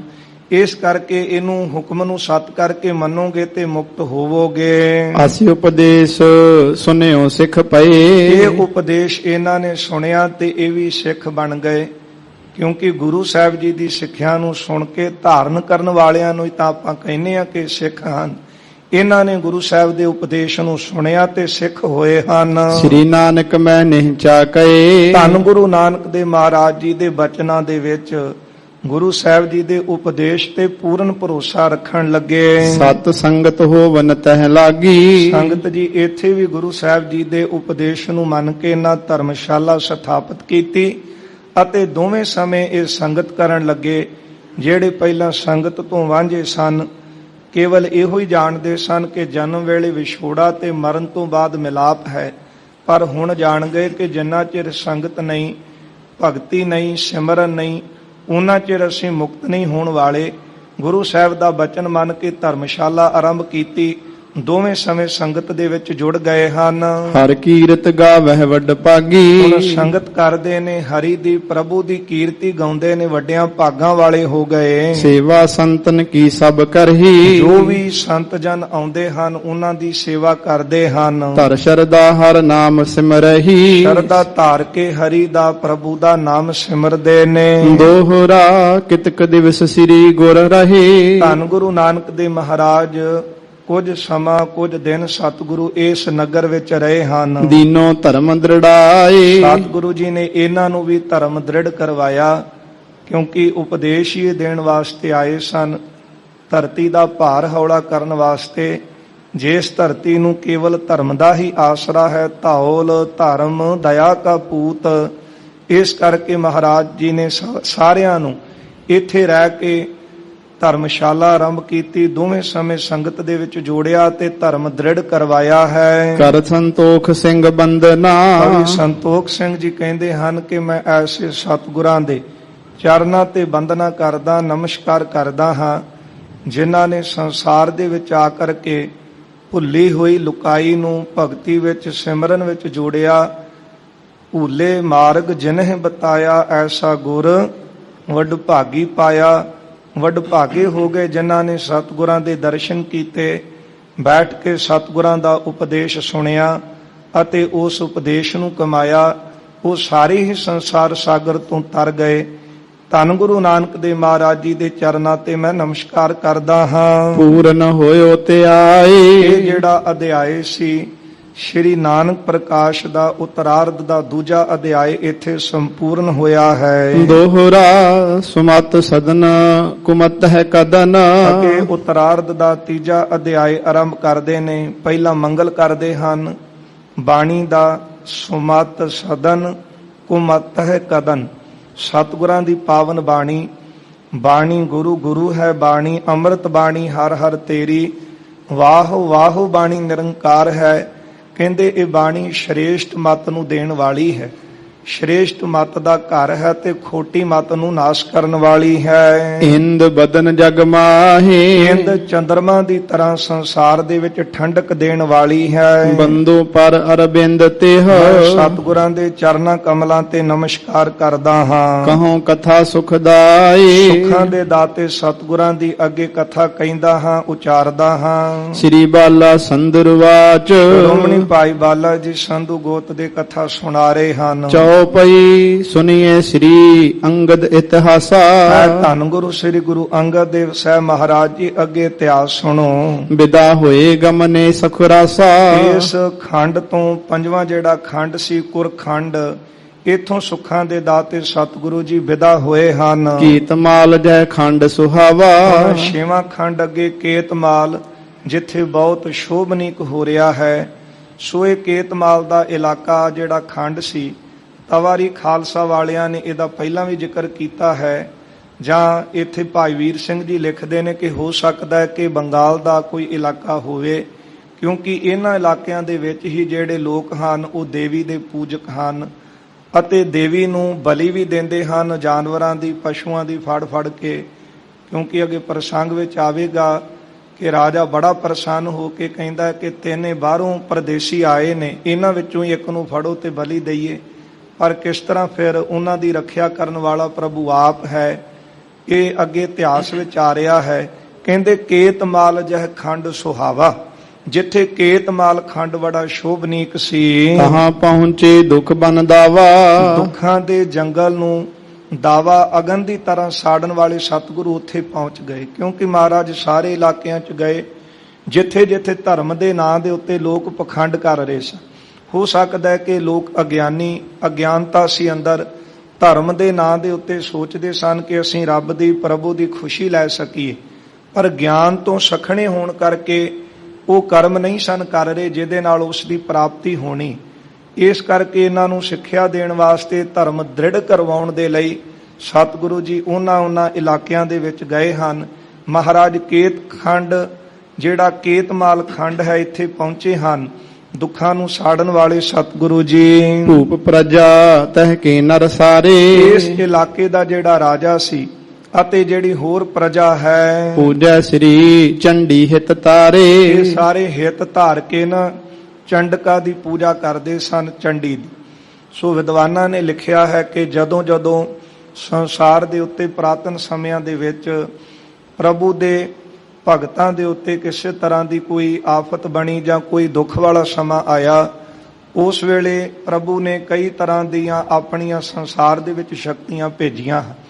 ਇਸੇ ਤਰ੍ਹਾਂ ਜਦੋਂ ਦੇਵਤਿਆਂ ਕੋਲੋਂ ਰਾਜ ਦੈਂਤਾਂ ਨੇ ਖੋਇਆ, ਸਵਰਗ ਵਿੱਚੋਂ ਕੱਢ ਦਿੱਤਾ, ਜਦੋਂ ਸਾਰੇ ਦੇਵਤਿਆਂ ਨੇ ਮਿਲ ਕੇ ਅਰਦਾਸਾਂ ਕੀਤੀਆਂ ਕਿ ਸਾਨੂੰ ਸਾਡੇ ਘਰ ਵਿੱਚੋਂ ਬਾਹਰ ਕੱਢਿਆ ਹੈ, ਉਸ ਵੇਲੇ ਪ੍ਰਭੂ ਨੇ ਜਿਹੜੀ ਸ਼ਕਤੀ ਭੇਜੀ ਉਹਦਾ ਨਾਮ ਦੁਰਗਾ ਦਾ ਵੀ ਜ਼ਿਕਰ ਆਉਂਦਾ ਹੈ, ਜਿਹਦਾ ਜ਼ਿਕਰ ਗੁਰੂ ਕਲਗੀਧਰ ਸਾਹਿਬ ਜੀ ਨੇ ਚੰਡੀ ਦੀ ਵਾਰ ਦੇ ਅੰਦਰ ਕੀਤਾ ਹੈ। ਦੁਰਗਾ ਪਾਠ ਬਣਾਇਆ ਸਭੇ ਪੌੜੀਆਂ, ਸੋ ਪੌੜੀਆਂ ਮਹਾਰਾਜ ਜੀ ਨੇ ਚੰਡੀ ਦੀ ਵਾਰ ਦੇ ਵਿੱਚ ਲਿਖੀਆਂ ਹਨ। ਜਿਸ ਜਿਸ ਤਰ੍ਹਾਂ ਪਰਮਾਤਮਾ ਦੇ ਚਰਨਾਂ ਵਿੱਚ ਅਰਦਾਸਾਂ ਹੁੰਦੀਆਂ ਰਹੀਆਂ, ਉਸੇ ਤਰ੍ਹਾਂ ਦੀਆਂ ਸ਼ਕਤੀਆਂ ਸੰਸਾਰ ਵਿੱਚ ਭੇਜੀਆਂ ਤੇ ਪ੍ਰਮਾਤਮਾ ਨੇ। ਪਰ ਜਿਹੜਾ ਸੰਸਾਰ ਦੇ ਵਿੱਚ ਆ ਕੇ ਜਿਸ ਤਰ੍ਹਾਂ ਉਹਨਾਂ ਭਲਾ ਕੀਤਾ, ਇਹਨਾਂ ਦੀ ਰੱਖਿਆ ਕੀਤੀ, ਉਸੇ ਤਰ੍ਹਾਂ ਦਾ ਨਾਮ ਇਹਨਾਂ ਸੰਸਾਰ ਦੇ ਲੋਕਾਂ ਨੇ ਲੈ ਕੇ ਉਹਦੀ ਪੂਜਾ ਕਰਨੀ ਸ਼ੁਰੂ ਕੀਤੀ। ਪਰ ਗੁਰੂ ਨਾਨਕ ਸਾਹਿਬ ਮਹਾਰਾਜ ਜੀ ਨੇ ਸੰਸਾਰ ਵਿੱਚ ਆ ਕੇ ਇਹੋ ਉਪਦੇਸ਼ ਦਿੱਤਾ ਸੀ, ਏਕੋ ਹੈ ਭਾਈ, ਏਕੋ ਹੈ ਸਾਹਿਬ ਮੇਰਾ, ਏਕੋ ਹੈ। ਰੱਖਿਆ ਕਰਨ ਵਾਲਾ, ਜਨਮ ਦੇਣ ਵਾਲਾ, ਮਾਰਨ ਵਾਲਾ, ਸੰਘਾਰ ਕਰਨ ਵਾਲਾ ਵੀ ਉਹ ਪ੍ਰਭੂ ਆਪ ਹੈ। ਜੇ ਕੱਲੀ ਕੱਲੀ ਸ਼ਕਤੀ ਨਾਲ ਜੁੜੋਗੇ ਤੇ ਫਿਰ ਇੱਕ ਨੂੰ ਖੁਸ਼ ਕਰੋਗੇ, ਦੂਜੀ ਨਾਰਾਜ਼ ਹੋਵੇਗੀ। ਭਲਾ ਤੇ ਇਸੇ ਵਿੱਚ ਹੀ ਹੈ ਕਿ ਇੱਕ ਪ੍ਰਮਾਤਮਾ ਦੀ ਚਰਨਾਂ ਦੀ ਟੇਕ ਲਓ, ਜਿਹਦੇ ਵਿੱਚ ਸਾਰੀਆਂ ਸ਼ਕਤੀਆਂ ਹਨ। ਉਹ ਸਾਰੀਆਂ ਸ਼ਕਤੀਆਂ ਦਾ ਘਰ ਪ੍ਰਮਾਤਮਾ ਆਪ ਹੈ। ਪਰ ਲੋਕਾਂ ਵਿੱਚ ਇਹਨਾਂ ਗਿਆਨ ਨਾ ਹੋਣ ਕਰਕੇ ਕੱਲੀ ਕੱਲੀ ਸ਼ਕਤੀ ਨੂੰ ਪੂਜ ਰਹੇ ਸਨ, ਕੋਈ ਦੇਵਤਿਆਂ ਦਾ ਉਪਾਸ਼ਕ, ਕੋਈ ਦੇਵੀਆਂ ਦਾ। ਸੋ ਜਦੋਂ ਜ਼ਿਕਰ ਪੜ੍ਹੀਏ ਤੇ ਇਹਨਾਂ ਦਾ 33 ਕਰੋੜ ਜ਼ਿਕਰ ਮਿਲਦਾ ਹੈ, ਦੇਵਤਿਆਂ ਦਾ 9 ਕਰੋੜ ਦੇਵੀਆਂ ਦੇ। ਕਿਹਨੂੰ ਖੁਸ਼ ਕਰਾਂਗੇ, ਕਿਹਨੂੰ ਨਾਰਾਜ਼ ਕਰਾਂਗੇ?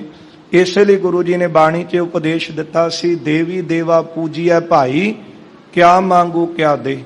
ਕੀ ਮੰਗੋਗੇ ਤੇ ਕੀ ਦੇਣਗੇ?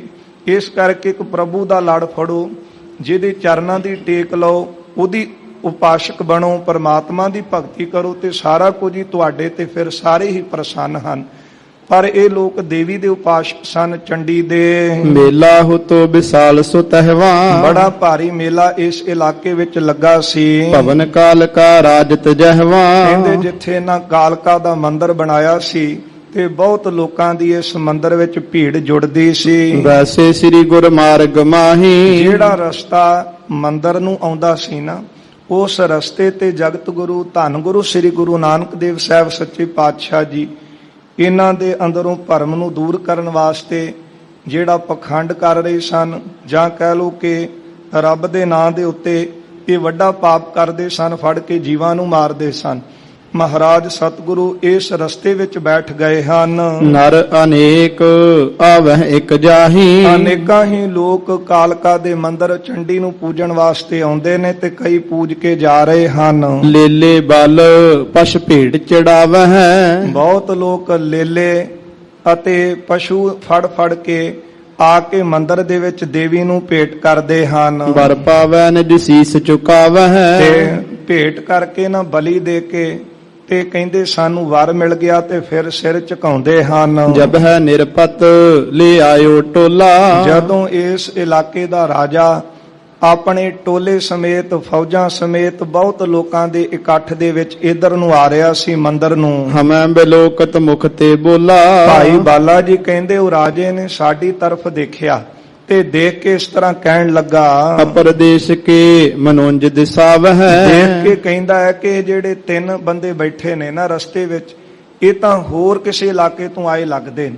ਕਿਉਂਕਿ ਬੰਦਾ ਸਮਝ ਹੀ ਜਾਂਦਾ ਹੈ, ਜੇ ਕੋਈ ਬਾਹਰਲੇ ਇਲਾਕੇ ਤੋਂ ਆਵੇ, ਉਹਦੇ ਪਹਿਰਾਵੇ ਤੋਂ, ਉਹਦੀ ਦਿੱਖ ਤੋਂ ਹੀ ਇਹ ਰਾਜਾ ਸਮਝ ਗਿਆ ਤੇ ਕਹਿਣ ਲੱਗਾ ਕਿ 3 ਬੰਦੇ ਬਾਹਰਲੇ ਇਲਾਕੇ ਤੋਂ ਆਏ ਹਨ। ਇੱਕ ਗਹਿ ਲੇਵਹਿ ਭੇਟ ਚੜਾਵਹਿ, ਤਿੰਨਾਂ ਵਿੱਚੋਂ ਇੱਕ ਨੂੰ ਫੜ ਲਈਏ ਤੇ ਦੇਵੀ ਅੱਗੇ ਭੇਟਾ ਚੜਾਈਏ, ਉਹਦੀ ਬਲੀ ਦਈਏ। ਸੁਨੀਏ ਸ੍ਰੀ ਅੰਗਦ ਕਹਿ ਬਾਲਾ, ਧੰਨ ਗੁਰੂ ਅੰਗਦ ਦੇਵ ਸਾਹਿਬ ਮਹਾਰਾਜ ਜੀ ਅੱਗੇ ਸੁਣੋ। ਮੁਝ ਕੋ ਗਹਿ ਲੀਨੋ ਤਿਹ ਕਾਲਾ, ਕਹਿੰਦੇ ਮੈਨੂੰ ਉਸ ਸਮੇਂ ਉਸ ਰਾਜੇ ਨੇ ਨਾ ਆਪਣੇ ਮਨੁੱਖਾਂ ਨੂੰ ਕਿਹਾ ਕਿ ਇਹਨੂੰ ਫੜੋ ਤੇ ਚਲੋ ਦੇਵੀ ਦੇ ਮੰਦਿਰ 'ਚ ਲੈ ਚੱਲੀਏ ਤੇ ਜਾ ਕੇ ਦੀ ਬਲੀ ਦਈਏ ਤੇ ਦੇਵੀ ਨੂੰ ਪ੍ਰਸੰਨ ਕਰੀ।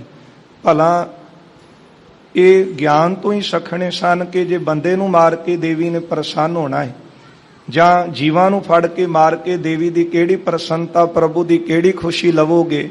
ਕਿਉਂਕਿ ਜੇ ਜੀਵ ਨੂੰ ਪ੍ਰਮਾਤਮਾ ਨੇ ਆਪ ਸਾਜਿਆ, ਆਪ ਬਣਾਇਆ ਹੈ, ਆਪ ਉਹਨੂੰ ਸੰਸਾਰ ਦੇ ਵਿੱਚ ਭੇਜਿਆ ਹੈ, ਤੇ ਫਿਰ ਉਹਨੂੰ ਮਾਰ ਕੇ ਕਿਤੇ ਰੱਬ ਦੇ ਘਰ ਦੇ ਵਿੱਚ ਖੁਸ਼ੀ ਨਹੀਂ ਪ੍ਰਾਪਤ ਕਰ ਸਕੋਗੇ। ਇਹ ਅੱਗੇ ਜਾ ਕੇ ਰਾਜੇ ਨੂੰ ਪਤਾ ਲੱਗੇਗਾ। ਕਹਿੰਦੇ ਉਸ ਵੇਲੇ ਭਾਈ ਬਾਲਾ ਜੀ ਕਹਿੰਦੇ ਮੇਰੇ ਵੱਲ ਇਸ਼ਾਰਾ ਕੀਤਾ ਤੇ ਰਾਜੇ ਦੇ ਬੰਦਿਆਂ ਨੇ, ਸਿਪਾਹੀਆਂ ਨੇ ਮੈਨੂੰ ਫੜ ਲਿਆ। ਬਹੁ ਹਰ ਖਾਏ ਬਜਾਵਹਿ ਟੋਲੂ, ਮੈਨੂੰ ਫੜ ਕੇ ਅੱਗੇ ਲਾ ਲਿਆ ਤੇ ਬੜੇ ਖੁਸ਼ ਸਨ ਤੇ ਸਾਰੇ ਢੋਲ ਵਜਾ ਰਹੇ ਸਨ।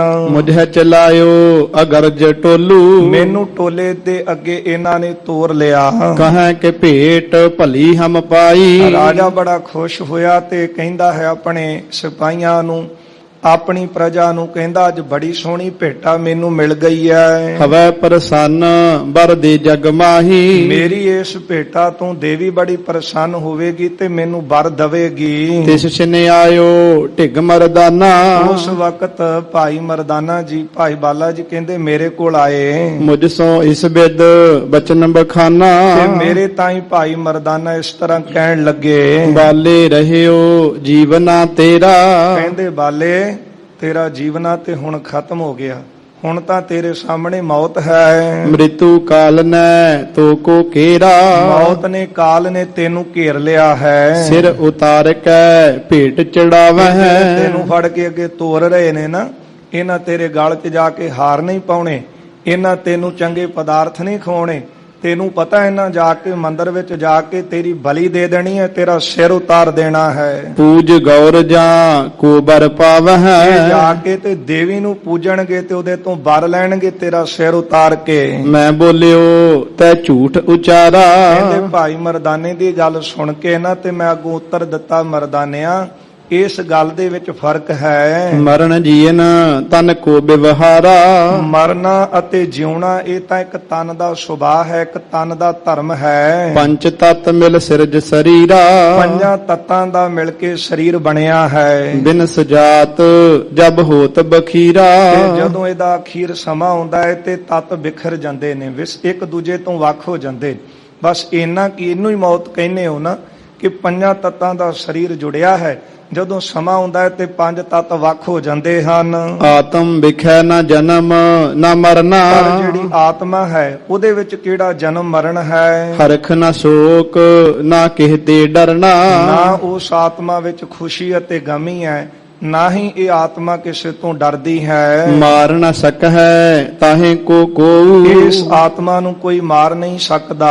ਸਤ ਚੇਤਤ ਨਿਤ ਆਨੰਦ ਜੋ, ਇਹ ਆਤਮਾ ਸਤ ਚੇਤਨ ਆਨੰਦ ਸਰੂਪ ਹੈ। ਪਾਵਕ ਦਹੈ ਨਾ ਨੀਰ ਡੁੱਬੈ ਹੈ, ਆਤਮਾ ਨੂੰ ਨਾ ਤੇ ਅੱਗ ਸੜ ਸਕਦੀ ਹੈ, ਨਾ ਪਾਣੀ ਡੋਬ ਸਕਦਾ ਹੈ। ਕੋਟ ਸ਼ਸਤਰ ਸੋ ਨਹੀਂ ਸਿਧੈ ਹੈ, ਕਰੋੜਾਂ ਸ਼ਸਤਰਾਂ ਦੇ ਨਾਲ ਵੀ ਇਹ ਆਤਮਾ ਮਰਦੀ ਨਹੀਂ। ਜੀਵਨ ਮਰਨਾ ਮਨ ਹੈ ਪ੍ਰਾਨੀ, ਇਹ ਤਾਂ ਇਹ ਜਿਹੜੇ ਪ੍ਰਾਣੀ ਜੀਵਨ ਮਰਨਾ ਮੰਨਦੇ ਹਨ, ਤਨ ਹੰਕਾਰ ਸੋ ਜੀ ਅਗਿਆਨੀ। ਇਹ ਉਹੀ ਲੋਕ ਮੰਨਦੇ ਹਨ ਜਿਉਣਾ ਤੇ ਮਰਨਾ ਜਿਨ੍ਹਾਂ ਨੂੰ ਤਨ ਦਾ ਹੰਕਾਰ ਹੈ ਜਾਂ ਅਗਿਆਨੀ ਹਨ। ਕਿਉਂਕਿ ਜਿਹੜੇ ਗਿਆਨੀ ਨੇ ਉਹਨਾਂ ਨੂੰ ਤੇ ਪਤਾ ਹੀ ਹੈ ਨਾ ਕਿ ਆਤਮਾ ਤੇ ਕਦੇ ਮਰਦੀ ਨਹੀਂ, ਸਤ ਚੇਤਨ ਆਨੰਦ ਸਰੂਪ ਹੈ। ਲੱਖਾਂ ਸ਼ਸਤਰਾਂ ਨਾਲ ਵੀ ਆਤਮਾ ਨਹੀਂ ਕੱਟੀ ਜਾਂਦੀ। ਇਸ ਕਰਕੇ ਜਿਹੜੇ ਲੋਕ ਕਹਿੰਦੇ ਨੇ ਕਿ ਮਰਨਾ ਜਿਉਣਾ, ਇਹ ਤਾਂ ਅਗਿਆਨਤਾ ਬੰਦੇ ਦੇ ਅੰਦਰ ਬਣੀ ਹੈ। ਅੰਤ ਸਮਾਂ ਤਨ ਆਨ ਲਗਤ ਜਬ, ਜਦੋਂ ਅੰਤਲਾ ਸਮਾਂ ਆਉਂਦਾ ਹੈ ਕੋਈ ਉਪਾਏ ਨਾ ਰਾਖੈ ਸਕਤ ਤਬ, ਕੋਈ ਉਪਾਅ ਨਹੀਂ ਕਿਸੇ ਤੋਂ ਬਣਦਾ ਤੇ ਨਾ ਹੀ ਕੋਈ ਰੱਖ ਸਕਦਾ ਹੈ। ਜਦੋਂ ਸਮਾਂ ਹੀ ਅੰਤਲਾ ਆ ਗਿਆ ਤੇ ਨਾ ਕੋਈ ਰੱਖ ਸਕਦਾ ਹੈ ਤੇ ਨਾ ਕੋਈ ਉਪਾਅ ਕਰ ਸਕਦਾ ਹੈ ਸਰੀਰ ਨੂੰ ਰੱਖਣ ਦਾ। ਜੇ ਨਾ ਸਮਾ ਮ੍ਰਿਤ ਕੋ ਅਬ ਹੋਈ, ਜੇ ਕਿਤੇ ਹਲੇ ਅਖੀਰਲਾ ਸਮਾਂ ਨਾ ਆਇਆ ਹੋਇਆ, ਰੋਮ ਨ ਛੇਦ ਸਕੈ ਕਬ ਕੋਈ, ਫਿਰ ਇੱਕ ਕੀ ਲੱਖਾਂ ਲੋਕ ਆ ਜਾਣ, ਇੱਕ ਰੋਮ ਨੂੰ ਵੀ ਛੇਦ ਨਹੀਂ ਸਕਦੇ, ਇੱਕ ਰੋਮ ਨੂੰ ਵੀ ਤੋੜ ਨਹੀਂ ਸਕਦੇ। ਦੇਸ਼ ਕਾਲ ਪੁਨ ਬਸਤ ਬਰਹੋਰੀ, ਇਹ ਤਿੰਨ ਵਸਤੂਆਂ ਜਦੋਂ ਇਕੱਠੀਆਂ ਹੁੰਦੀਆਂ ਨੇ, ਦੇਸ਼ ਕਾਲ ਵਸਤੂ, ਜਿਹੜੇ ਇਲਾਕੇ ਵਿੱਚ ਮੌਤ ਹੋਣੀ ਹੈ, ਜਿਸ ਸ਼ਸਤਰ ਦੇ ਨਾਲ ਹੋਣੀ ਹੈ, ਜਾਂ ਜੇ ਕੋਈ ਕਾਰਨ ਬਣਨਾ ਹੈ, ਜਾਂ ਦੇਸ਼, ਜਗ੍ਹਾ, ਕਾਲ, ਸਮਾਂ ਤੇ ਵਸਤੂ, ਜਿਹੜੀ ਚੀਜ਼ ਨਾਲ ਮੌਤ ਹੋਣੀ ਹੈ, ਜਿੰਨਾ ਚਿਰ ਇਹ ਤਿੰਨ ਇਕੱਠੀਆਂ ਨਹੀਂ ਹੁੰਦੀਆਂ। तीनों हुई जात एक ठौरी, ਜੇ ਤਿੰਨ ਜਦੋਂ ਇਕੱਠੀਆਂ ਹੋਣ तब यह देह बिनस कर जाई। ਤਦੋਂ ਇਹ ਦੇਹ ਬਿਨਸ ਜਾਂਦੀ ਹੈ, ਨਾਸ ਹੋ ਜਾਂਦੀ ਹੈ। कोई न इसको राख सकाई। ਇਸ ਦੇਹ ਨੂੰ ਕੋਈ ਵੀ ਰੱਖ ਨਹੀਂ ਸਕਦਾ ਜਦ ਦੇਸ਼ ਕਾਲ ਵਸਤੂ ਇਕੱਠੇ ਹੋ ਜਾਣ। एक न तीनों महजे मिलत है, ਪਰ ਜੇ ਤਿੰਨਾਂ ਵਿੱਚੋਂ ਹਲੇ ਇੱਕ ਨਾ ਮਿਲੇ, ਜੇ ਉਹ ਜਗ੍ਹਾ ਹੀ ਨਾ ਹੋਵੇ ਜਾਂ ਸਮਾਂ ਨਾ ਆਇਆ ਹੋਵੇ, ਜਾਂ ਜਿਹੜੀ ਵਸਤੂ ਨਾਲ ਮੌਤ ਹੋਣੀ ਹੈ, ਜਿਹੜਾ ਕਾਰਨ ਬਣਨਾ ਹੈ ਮੌਤ ਦਾ, ਜੇ ਉਹ ਨਾ ਆਵੇ, ਤਿੰਨਾਂ ਵਿੱਚੋਂ ਇੱਕ ਪੂਰਾ ਨਾ ਹੋਵੇ, तो तन रखिया काल करत है। ਉਹਨੇ ਸਮੇਂ ਤੱਕ ਰੱਖਿਆ ਕਾਲ ਆਪ ਕਰਦਾ ਹੈ। ਉਹ ਫਿਰ ਕਾਲ ਉਹਦੀ ਰੱਖਿਆ ਕਰਦਾ ਹੈ ਜਿੰਨਾ ਚਿਰ ਉਹਦਾ ਸਮਾਂ ਨਾ ਆਇਆ ਹੋਵੇ। त्यों सुन तूषण भा मरदाना, ਕਹਿੰਦੇ ਮੇਰੀ ਗੱਲ ਸੁਣ ਕੇ ਨਾ ਭਾਈ ਮਰਦਾਨਾ ਉਸ ਵੇਲੇ ਚੁੱਪ ਕਰ ਗਏ। मुझ संग देवी भवन पयाना। ਹੁਣ ਮੇਰੇ ਨਾਲ ਦੇਖਦਿਆਂ ਕਿਉਂਕਿ ਮੈਨੂੰ ਵੀ ਮੰਦਰ ਵੱਲ ਜਾ ਰਹੇ ਸਨ ਤੇ ਮੇਰੇ ਨਾਲ ਨਾਲ ਭਾਈ ਮਰਦਾਨਾ ਵੀ ਚੱਲ ਪਏ ਦੇਖਣ ਲਈ। श्री गुरु आप तहां चले आए, ਸਤਿਗੁਰੂ ਮਹਾਰਾਜ ਆਪ ਪਿੱਛੇ ਚੱਲਦੇ ਆਏ ਹਨ। दिखै तमाशो कछ न अलाए। ਸਤਿਗੁਰੂ ਵੀ ਨੇਤਰਾਂ ਨਾਲ ਤਮਾਸ਼ਾ ਦੇਖ ਰਹੇ ਨੇ ਪਰ ਕੁਝ ਮਹਾਰਾਜ ਨੇ ਮੁਖੋਂ ਨਾ ਕਿਹਾ। जब गे दुर्गा कीर अगारी, ਕਹਿੰਦੇ ਜਦੋਂ ਮੈਨੂੰ ਲੈ ਕੇ ਮੰਦਰ ਦੇ ਅੱਗੇ ਆ ਗਏ, तब अवनेश्वर गिरा उचारी। ਉਸ ਵੇਲੇ ਜਿਹੜਾ ਰਾਜਾ ਸੀ ਉਹ ਆਪਣੇ ਮੁਖੋਂ ਕਹਿਣ ਲੱਗਾ इस मानव को भेंट चढ़ीजै।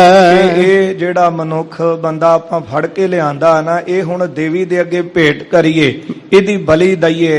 बरदानी सो प्रसन्न करीजै। ਜਿਹੜੀ ਵਰਾਂ ਦੀ ਦਾਤੀ ਦੇਵੀ ਹੈ ਉਹਨੂੰ ਪ੍ਰਸੰਨ ਕਰ ਲਈਏ। भीर भूर पी पवन अगारी। ਮੰਦਰ ਦੇ ਅੱਗੇ ਬਹੁਤ ਭੀੜ ਸੀ। ਪਹਿਲਾਂ ਤੇ ਪਸ਼ੂਆਂ ਦੀ ਬਲੀ ਦਿੱਤੀ ਜਾਂਦੀ, ਪਰ ਅੱਜ ਕੋਈ ਪਰਦੇਸੀ ਬੰਦਾ ਹੱਥ ਲੱਗਾ ਹੈ ਤੇ ਇਹਦੀ ਬਲੀ ਦੇਣ ਲੱਗੇ ਨੇ ਤੇ ਦੇਖਣ ਵਾਸਤੇ ਲੋਕ ਖੜੇ ਸੀ। ਕਿਉਂਕਿ ਜਿਹੜੇ ਬਚਨ ਗੁਰੂ ਜੀ ਨੇ ਬਾਣੀ ਅੰਦਰ ਕਹੇ ਨੇ ਨਾ, ਉਲਟੀ ਵਾੜ ਖੇਤ ਕੋ ਖਾਈ, ਕਿ ਰਾਜਾ ਤੇ ਪ੍ਰਜਾ ਦੀ ਰਾਖੀ ਕਰਦਾ ਹੈ ਵਾੜ ਬਣ ਕੇ। ਪਰ ਅੱਜ ਰਾਜਾ ਆਪ ਹੀ ਜਿਹੜਾ ਬਲੀ ਦੇਣ ਲੱਗਾ ਸੀ ਤੇ ਰਾਖੀ ਕਿਹਨੇ ਕਰਨੀ ਸੀ? ਲੋਕਾਂ ਨੇ ਤਾਂ ਖਲੋ ਕੇ ਦੇਖਣਾ ਹੀ ਸੀ ਤਮਾਸ਼ਾ। ਪਰ ਜਿੱਥੇ ਕੋਈ ਰੱਖਿਆ ਕਰਨ ਵਾਲਾ ਨਾ ਹੋਵੇ ਉੱਥੇ ਪ੍ਰਭੂ ਆਪ ਆਪਣੇ ਪਿਆਰਿਆਂ ਦੀ ਰੱਖਿਆ ਕਰਦਾ ਹੈ। ਸੋ ਕਹਿੰਦੇ ਸਾਰੇ ਲੋਕ ਖਲੋ ਕੇ ਤਮਾਸ਼ਾ ਦੇਖ ਰਹੇ ਸਨ। कौतक अवलोकत नर नारी। ਇਹ ਕੌਤਕ ਦੇਖਣ ਵਾਸਤੇ ਬਹੁਤ ਮਨੁੱਖ ਅਤੇ ਇਸਤਰੀਆਂ ਦੀ ਭੀੜ ਲੱਗੀ ਸੀ ਮੰਦਰ ਅੱਗੇ। खैंच लई एक मनोज किरपाना।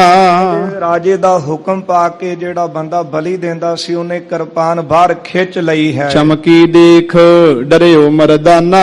ਜਦੋਂ ਇਹ ਕਿਰਪਾਨ ਚਮਕੀ ਹੈ ਤੇ ਸਾਰਿਆਂ ਨੇ ਦੇਖੀ ਹੈ ਤੇ ਦੇਖ ਕੇ ਡਰੇ ਹਨ। संग रहन वारो प्रभ तेरे। ਹੁਣ ਭਾਈ ਮਰਦਾਨਾ ਨੇ ਵੀ, ਇਹ ਮਰਦਾਨਾ ਜੀ ਨੇ ਦੇਖੀ ਇਹ ਚਮਕਦੀ ਤਲਵਾਰ।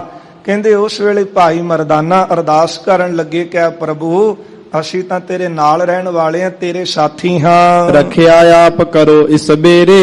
ਮਹਾਰਾਜ ਆਪ ਕਿਰਪਾ ਕਰੋ ਤੇ ਆਪਣੇ ਪਿਆਰਿਆਂ ਦੀ ਸੰਗ ਲਏ ਦੀ ਲਾਜ ਰੱਖੋ, ਨਾਲ ਰਹਿਣ ਵਾਲਿਆਂ ਦੀ ਰੱਖਿਆ ਕਰੋ। तिहशन क्रोध कालका कड़की। ਕਹਿੰਦੇ ਮਾਨੋ ਕਿ ਉਸ ਵੇਲੇ ਜਿਹੜੀ ਕਾਲਕਾ ਨੂੰ ਬਲੀ ਦੇਣ ਵਾਸਤੇ ਲਿਆਏ ਸੀ ਨਾ ਫੜ ਕੇ ਭਾਈ ਬਾਲੇ ਨੂੰ, ਕਹਿੰਦੇ ਇਹ ਦੇਖ ਕਰਕੇ ਸਾਰਾ ਕੁਝ ਉਲਟ ਹੁੰਦਾ ਤੇ ਮਾਨੋ ਕਿ ਜਿਹੜੀ ਕਾਲਕਾ ਸੀ ਦੇਵੀ ਸੀ ਉਹੀ ਕ੍ਰੋਧ ਵਿੱਚ ਆ ਗਈ ਹੋਵੇ। भीर भूर मेले की पड़की। ਬਹੁਤ ਮੇਲੇ ਦੇ ਵਿੱਚ ਭੀੜ ਜਿਹੜੀ ਸੀ ਉਹ ਯਕਦਮ ਕੋਈ ਐਸਾ ਕਾਰਨ ਬਣਿਆ ਕਿ ਮੇਲੇ ਦੇ ਵਿੱਚ ਜਿਹੜੀ ਭਗਦੜ ਸੀ ਉਹ ਮਚ ਗਈ। ਜਿਹੜੀ ਭੀੜ ਸੀ ਸਾਰੀ ਉਹਦੇ ਵਿੱਚ ਹਫੜਾ ਦਫੜੀ ਮਚੀ ਹੈ। प्रगटी चंड प्रचंड पयाना। ਜਿਹੜੀ ਕਿਰਪਾਨ ਹੱਥ ਵਿੱਚ ਫੜੀ ਹੋਈ ਸੀ ਉਸ ਬੰਦੇ ਦੇ ਤੇ ਉਹ ਚਲਾਉਣ ਲੱਗਾ ਸੀ। तिह नर करते शीन किरपाना। ਤੇ ਉਸ ਵੇਲੇ ਉਸ ਚਲਾਈ ਹੋਈ ਬੰਦੇ ਦੇ ਹੱਥ ਦੀ ਜਿਹੜੀ ਕਿਰਪਾਨ ਸੀ, तो नरेश ठांड जिह ठाई। ਜਿਹੜਾ ਰਾਜਾ ਨੇੜੇ ਖੜਾ ਸੀ ਭਾਈ ਬਾਲੇ ਨੂੰ ਬਲੀ ਦੇਣ ਵਾਸਤੇ ਫੜ ਕੇ ਲਿਆਇਆ ਸੀ, जाए ताहे के कंठ लगाई। ਇਹ ਕਿਰਪਾਨ ਉਹ ਰਾਜੇ ਦੇ ਹੀ ਗਲੇ ਨੂੰ ਜਾ ਲੱਗੀ ਹੈ। ਇਸ ਭਗਦੜ ਵਿੱਚ ਭੀੜ ਦੇ ਵਿੱਚ तत छिन धरते सिर गिर परिया। ਬਹੁਤੀ ਛੇਤੀ ਉਹ ਜਿਹੜਾ ਰਾਜੇ ਦਾ ਸਿਰ ਸੀ ਨਾ ਉਹ ਧੜ ਨਾਲੋਂ ਵੱਖ ਹੋ ਗਿਆ। ਜਿਹੜਾ ਰਾਜਾ ਬਲੀ ਦੇਣ ਵਾਸਤੇ ਲੈ ਕੇ ਆਇਆ ਭਾਈ ਬਾਲੇ ਨੂੰ ਫੜ ਕੇ ਕਿ ਅੱਜ ਇਹਨੂੰ ਮਾਰਾਂਗੇ ਤੇ ਦੇਵੀ ਨੂੰ ਖੁਸ਼ ਕਰਕੇ ਉਹਦਾ ਵਰ ਲਵਾਂਗੇ ਨਾ, ਤੇ ਕਹਿਣ ਲੱਗੇ ਕਿ ਉਸ ਵੇਲੇ ਇਹ ਭਗਦੜ ਇੰਨੀ ਮਚੀ ਕਿ ਜਿਹੜਾ ਤਲਵਾਰ ਦਾ ਵਾਰ ਸੀ ਉਹ ਰਾਜੇ ਦੀ ਹੀ ਧੌਣ ਤੇ ਗਰਦਨ ਤੇ ਹੋਇਆ ਤੇ ਇਹਦੀ ਹੀ ਧੜ ਨਾਲੋਂ ਧੌਣ ਵੱਖ ਹੋ ਗਈ। ਜਨ ਸ਼ਾਖਾ ਤੇ ਫਲ ਕਿਨ ਹਰਿਆ। ਇਸ ਤਰ੍ਹਾਂ ਰਾਜੇ ਦੀ ਧੌਣ ਥੱਲੇ ਡਿੱਗੀ ਹੈ, ਮਾਨੋ ਕਿ ਕਿਸੇ ਨੇ ਬ੍ਰਿਕਸ਼ ਨਾਲੋਂ ਫਲ ਤੋੜ ਕੇ ਸੁੱਟ ਦਿੱਤਾ ਹੋਵੇ ਧਰਤੀ ਤੇ। ਸਰੋਣਤ ਚੱਲਿਓ ਗਿਰਿਓ ਨਿਰਪ ਤਰਨੀ। ਤੇ ਬਹੁਤਾ ਲਹੂ ਰਾਜੇ ਦੇ ਸਰੀਰ ਚੋਂ ਧੜ ਚੋਂ ਨਿਕਲਿਆ ਤੇ ਧਰਤੀ ਤੇ ਡਿੱਗ ਪਿਆ। ਭਾਗੇ ਲੋਕ ਪਿਖਤ ਅਸ਼ ਕਰਨੀ। ਪਹਿਲਾਂ ਹੀ ਭਗਦੜ ਮਚੀ ਸੀ ਤੇ ਰਾਜੇ ਦੀ ਧੌਣ ਉਤਰੀ ਵੇਖ ਕਰਕੇ ਲੋਕ ਇੱਧਰ ਉੱਧਰ ਭੱਜਦੇ ਹਨ। ਰਹਿਓ ਨਾ ਕੋਊ ਨਰ ਤੇ ਥਾਨਾ। ਉਸ ਵੇਲੇ ਕੋਈ ਬੰਦਾ ਉੱਥੇ ਨਾ ਖੜਾ ਰਿਹਾ। ਤੀਨੋਂ ਮੈਂ ਸ੍ਰੀ ਗੁਰਮਰਦਾਨਾ। ਭਾਈ ਬਾਲਾ ਜੀ ਕਹਿੰਦੇ ਅਸੀਂ ਤਿੰਨੇ ਹੀ ਰਹਿ ਗਏ, ਸਤਿਗੁਰੂ ਧੰਨ ਗੁਰੂ ਨਾਨਕ ਦੇਵ ਮਹਾਰਾਜ, ਭਾਈ ਮਰਦਾਨਾ ਤੇ ਇੱਕ ਮੈਂ ਉੱਥੇ ਖੜਾ ਰਿਹਾ। ਅਸੀਂ ਤਿੰਨੇ ਹੀ ਉੱਥੇ ਖੜੇ ਸੀ, ਬਾਕੀ ਸਾਰੇ ਲੋਕ ਇੱਧਰ ਉੱਧਰ ਭੱਜ ਗਏ। ਤੇ ਸ਼ਨ ਸ੍ਰੀ ਚੰਡੀ ਕੇ ਸਾਥਾ। ਕਹਿੰਦੇ ਕਿ ਉਸ ਵੇਲੇ ਮਾਨੋ ਕਿ ਉਸ ਜਗ੍ਹਾ ਤੇ ਖਲੋ ਕੇ ਬਚਨ ਪਨਿਓ ਇਸ ਵਿਦ ਜਗਨਾਥਾ।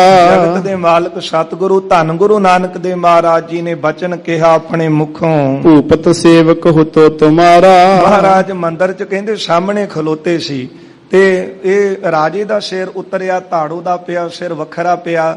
ਉਸ ਵੇਲੇ ਸਤਿਗੁਰੂ ਇਹ ਬਚਨ ਕਹਿਣ ਲੱਗੇ ਕਿ ਜਿਹੜਾ ਰਾਜਾ ਇਹ ਤਾਂ ਤੇਰਾ ਹੀ ਭਗਤ ਸੀ। ਬਾਲੇ ਕੋ ਬਚਾਏ ਸੋ ਮਾਰਾ। ਪਰ ਭਾਈ ਬਾਲਾ ਇੱਥੇ ਬਚ ਗਿਆ ਤੇ ਰਾਜਾ ਜਿਹੜਾ ਉਹਦਾ ਸਿਰ ਉਤਰ ਗਿਆ। ਤਿਨ ਪ੍ਰਸੰਨ ਕੀ ਕੀਨੀ ਰੀਤਾ। ਕਹਿੰਦੇ ਕਿ ਇਹ ਚੰਗੀ ਪ੍ਰਸੰਨ ਕਰਨ ਦੀ ਰੀਤੀ ਹੈ ਕਿ ਰਾਜੇ ਨੇ ਤੈਨੂੰ ਪ੍ਰਸੰਨ ਕਰਨ ਵਾਸਤੇ ਤਾਂ ਸਾਰਾ ਕੁਝ ਕਰ ਰਿਹਾ ਸੀ ਕਿ ਤੈਨੂੰ ਪ੍ਰਸੰਨ ਕਰਕੇ ਭਾਈ ਬਾਲੇ ਦੀ ਉਹ ਬਲੀ ਦੇਣ ਵਾਸਤੇ ਲੈ ਕੇ ਆਇਆ ਸੀ, ਪਰ ਉਲਟਾ ਉਹ ਰਾਜੇ ਦਾ ਹੀ ਜਿਹੜਾ ਸਿਰ ਉਤਰਿਆ ਹੈ। ਕ੍ਰੋਧ ਭਰੀ ਕਿਉਂਕਿ ਵਿਪਰੀਤਾ। ਤੇ ਕਿਉਂ ਤੂੰ ਕ੍ਰੋਧ ਵਿੱਚ ਆ ਕੇ ਉਲਟ ਕੰਮ ਕੀਤਾ ਹੈ। ਤਬ ਸ੍ਰੀ ਚੰਡੀ ਬਚਨ ਉਚਾਰੇ। ਕਹਿੰਦੇ ਕਿ ਉਸ ਵੇਲੇ ਜਿਹੜੀ ਦੇਵੀ ਦੇ ਉਪਾਸ਼ਕ ਸੀ ਨਾ, ਹੈ ਤਾਂ ਸਮੇਂ-ਸਮੇਂ ਅਨੁਸਾਰ ਪਰਮਾਤਮਾ ਦੀ ਭੇਜੀ ਹੀ ਸ਼ਕਤੀ। ਕਹਿੰਦੇ ਮਾਨੋ ਕਿ ਉਹ ਸਰੂਪ ਤਨ ਧਾਰ ਕੇ ਮਹਾਰਾਜ ਦੇ ਚਰਨਾਂ ਤੇ ਆ ਗਈ ਹੋਵੇ ਤੇ ਹੱਥ ਜੋੜ ਕੇ ਬੇਨਤੀ ਕਰਨ ਲੱਗੀ। ਸੁਨ ਸ੍ਰੀ ਨਾਨਕ ਸ਼ਰੋਨ ਮਜਾਰੇ। ਐ ਧੰਨ ਗੁਰੂ ਨਾਨਕ ਦੇਵ ਸਾਹਿਬ ਸੱਚੇ ਪਾਤਸ਼ਾਹ ਜੀ ਮਹਾਰਾਜ ਜੀ ਆਪ ਸੁਣੋ। ਜੇ ਹਰ ਜਨ ਪਰਮੇਸ਼ਰ ਪਿਆਰੇ। ਜਿਹੜੇ ਪਰਮੇਸ਼ਰ ਦੇ ਪਿਆਰੇ ਹਰੀ ਜਨ ਹਨ। ਰਸ਼ਿਆ ਕਰਹੁ ਸੰਜ ਸਕਾਰੇ। ਹਰੀ ਦੇ ਜਨਾਂ ਦੀ, ਪਰਮੇਸ਼ਰ ਦੇ ਪਿਆਰਿਆਂ ਦੀ ਰੱਖਿਆ ਕਰਨ ਵਾਸਤੇ ਤਾਂ ਪ੍ਰਭੂ ਨੇ ਮੈਨੂੰ ਭੇਜਿਆ ਹੈ। ਜੇ ਮਤ ਮੰਦ ਤਿਨਹੁ ਦੁਖ ਦੇਹੀ। ਜਿਹੜੇ ਮੰਦੀ ਮਤ ਵਾਲੇ ਪ੍ਰਭੂ ਦੇ ਪਿਆਰਿਆਂ ਨੂੰ ਹੀ ਦੁੱਖ ਦਿੰਦੇ ਹਨ। ਤਿਹ ਮਾਰੋ ਮੇਰੀ ਮਤ ਇਹੀ। ਫਿਰ ਸਾਡੀ ਮਤ ਤਾਂ ਇਹੋ ਹੀ ਹੈ, ਮੈਨੂੰ ਤਾਂ ਇਹੋ ਹੀ ਸਿੱਖਿਆ ਦੇ ਕੇ ਭੇਜਿਆ ਹੋਇਆ ਕਿ ਉਹਨਾਂ ਨੂੰ ਹੀ ਮਾਰਨਾ ਤੇ ਉਹਦਾ ਹੀ ਸੰਘਾਰ ਕਰਨਾ ਹੈ। ਭਾਈ ਵੀਰ ਸਿੰਘ ਜੀ ਵੀ ਲਿਖਦੇ ਹਨ, ਕਹਿੰਦੇ ਇਸ ਤੋਂ ਤਾਂ ਪ੍ਰਸੰਗ ਤੋਂ ਤੇ ਇਹੋ ਹੀ ਭਾਵ ਜਿਹੜਾ ਇੱਥੇ ਮਿਲਦਾ ਹੈ।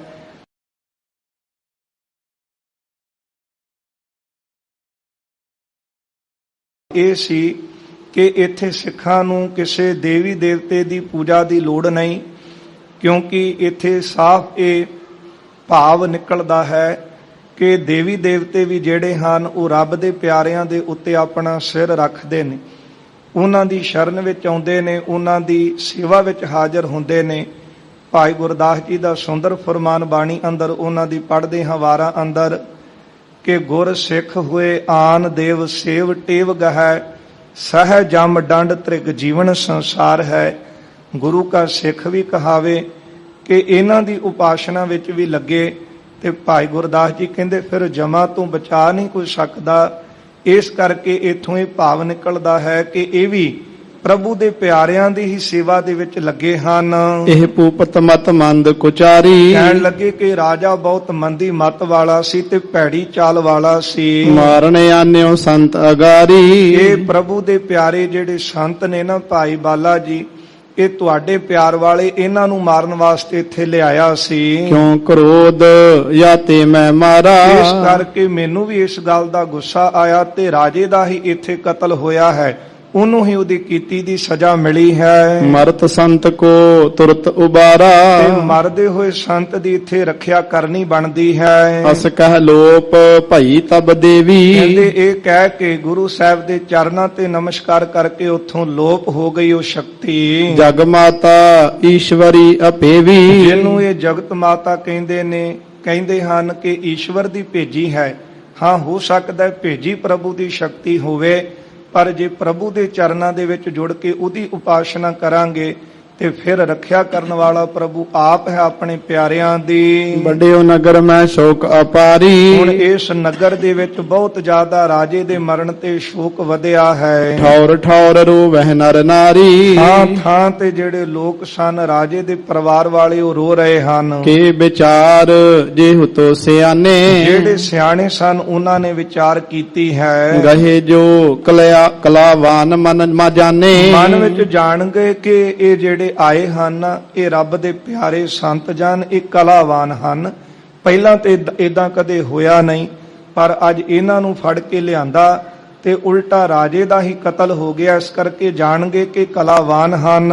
ਆਏ ਸਭ ਹੀ ਤਬ ਤਰ ਪਾਉ, ਫਿਰ ਬਹੁਤਾ ਮਨ ਵਿੱਚ ਪ੍ਰੇਮ ਧਾਰਨ ਕਰਕੇ ਸਾਰੇ ਹੀ ਚੱਲ ਕੇ ਗੁਰੂ ਜੀ ਦੀ ਸ਼ਰਨ ਦੇ ਵਿੱਚ ਆ ਗਏ। ਸ੍ਰੀ ਗੁਰ ਕੋ ਲਖ ਲੀਨ ਪ੍ਰਭਾਉ, ਸਤਿਗੁਰਾਂ ਦੇ ਪ੍ਰਭਾਵ ਨੂੰ ਜਾਣ ਗਏ ਕਿ ਤਾਂ ਜਾਹਰ ਪੀਰ ਜਾਰੇ ਪੀਰ ਹਨ। ਇਸ ਕਰਕੇ ਇਹ ਤਾਂ ਦੇਵੀ ਤੋਂ ਵੀ ਵੱਡੇ ਜਿਹੜੇ ਹਨ ਉਹ ਰਹਿਬਰ ਲੱਗਦੇ ਨੇ ਕਿ ਜਿਨ੍ਹਾਂ ਦਾ ਅਸੀਂ ਨਰਾਦਰ ਕੀਤਾ ਤੇ ਉਹਨਾਂ ਦਾ ਨਰਾਦਰ ਨਾ ਦੇਖਦਿਆਂ ਹੋਇਆਂ ਸਾਡੇ ਰਾਜੇ ਦਾ ਹੀ ਕਤਲ ਹੋ ਗਿਆ। ਇਹ ਪ੍ਰਭਾਵ ਸਤਿਗੁਰਾਂ ਦਾ ਜਾਣ ਗਏ। ਰਿਪਤ ਠਾਂਡੋ ਆਏ ਅਗਾਰੀ, ਜਿਹੜਾ ਰਾਜੇ ਦਾ ਕਤਲ ਹੋਇਆ ਸੀ ਉਹ ਰਾਜੇ ਦਾ ਪੁੱਤਰ ਵੀ ਚੱਲ ਕੇ ਆਇਆ ਤੇ ਸਤਿਗੁਰਾਂ ਦੇ ਅੱਗੇ ਖੜਾ ਹੋਇਆ। ਕਰ ਕੈ ਬੰਧਨ ਬਿਨੈ ਉਚਾਰੀ, ਇਸ ਰਾਜੇ ਦੇ ਪੁੱਤਰ ਨੇ ਸਤਿਗੁਰਾਂ ਨੂੰ ਨਮਸਕਾਰ ਕੀਤੀ, ਬੇਨਤੀ ਕਰਨ ਲੱਗਾ। ਕਰੋ ਸ਼ਿਮਾ ਅਪਰਾਧ ਹਮਾਰਾ, ਕਹਿਣ ਲੱਗਾ ਮਹਾਰਾਜ ਸਾਡੇ ਪਿਤਾ ਤੋਂ ਕੋਈ ਵੱਡੀ ਭੁੱਲ ਹੋਈ ਹੈ, ਹੁਣ ਮਹਾਰਾਜ ਕਿਰਪਾ ਕਰੋ, ਮੈਂ ਆਪਣੇ ਪਿਤਾ ਵੱਲੋਂ ਨਾ ਮੈਂ ਮਾਫੀ ਮੰਗਦਾ ਹਾਂ। ਸਾਡੀ ਇਹ ਭੁੱਲ ਜਿਹੜੀ ਆਪ ਕਿਰਪਾ ਕਰਕੇ ਬਖਸ਼ ਦਵੋ। ਹਮ ਨਹਿ ਜਾਣਿਓ ਭੇਦ ਤੁਮਾਰਾ, ਅਸੀਂ ਨਾ ਤੁਹਾਡਾ ਭੇਦ ਨਹੀਂ ਜਾਣ ਸਕੇ ਕਿ ਪਰਮਾਤਮਾ ਤੇ ਆਪ ਆ ਕੇ ਸਾਡੇ ਲਾਗੇ ਖੜਾ ਹੈ ਤੇ ਕਿੱਥੇ ਆਪਾਂ ਉਸ ਮੰਦਰ ਦੇ ਵਿੱਚ ਜਾ ਕਰਕੇ ਪੱਥਰ ਦੇ ਉਪਾਸ਼ਕ ਬਣ ਕੇ ਉਹਦੇ ਕੋਲੋਂ ਵਰ ਮੰਗ ਰਹੇ ਸੀ, ਪਰ ਉਲਟਾ ਸਾਡੇ ਤੋਂ ਇਹ ਭੁੱਲ ਹੋਈ ਹੈ ਤੇ ਤਾਂ ਹੀ ਮੇਰੇ ਪਿਤਾ ਰਾਜੇ ਦਾ ਇਹ ਹਾਲ ਹੋਇਆ।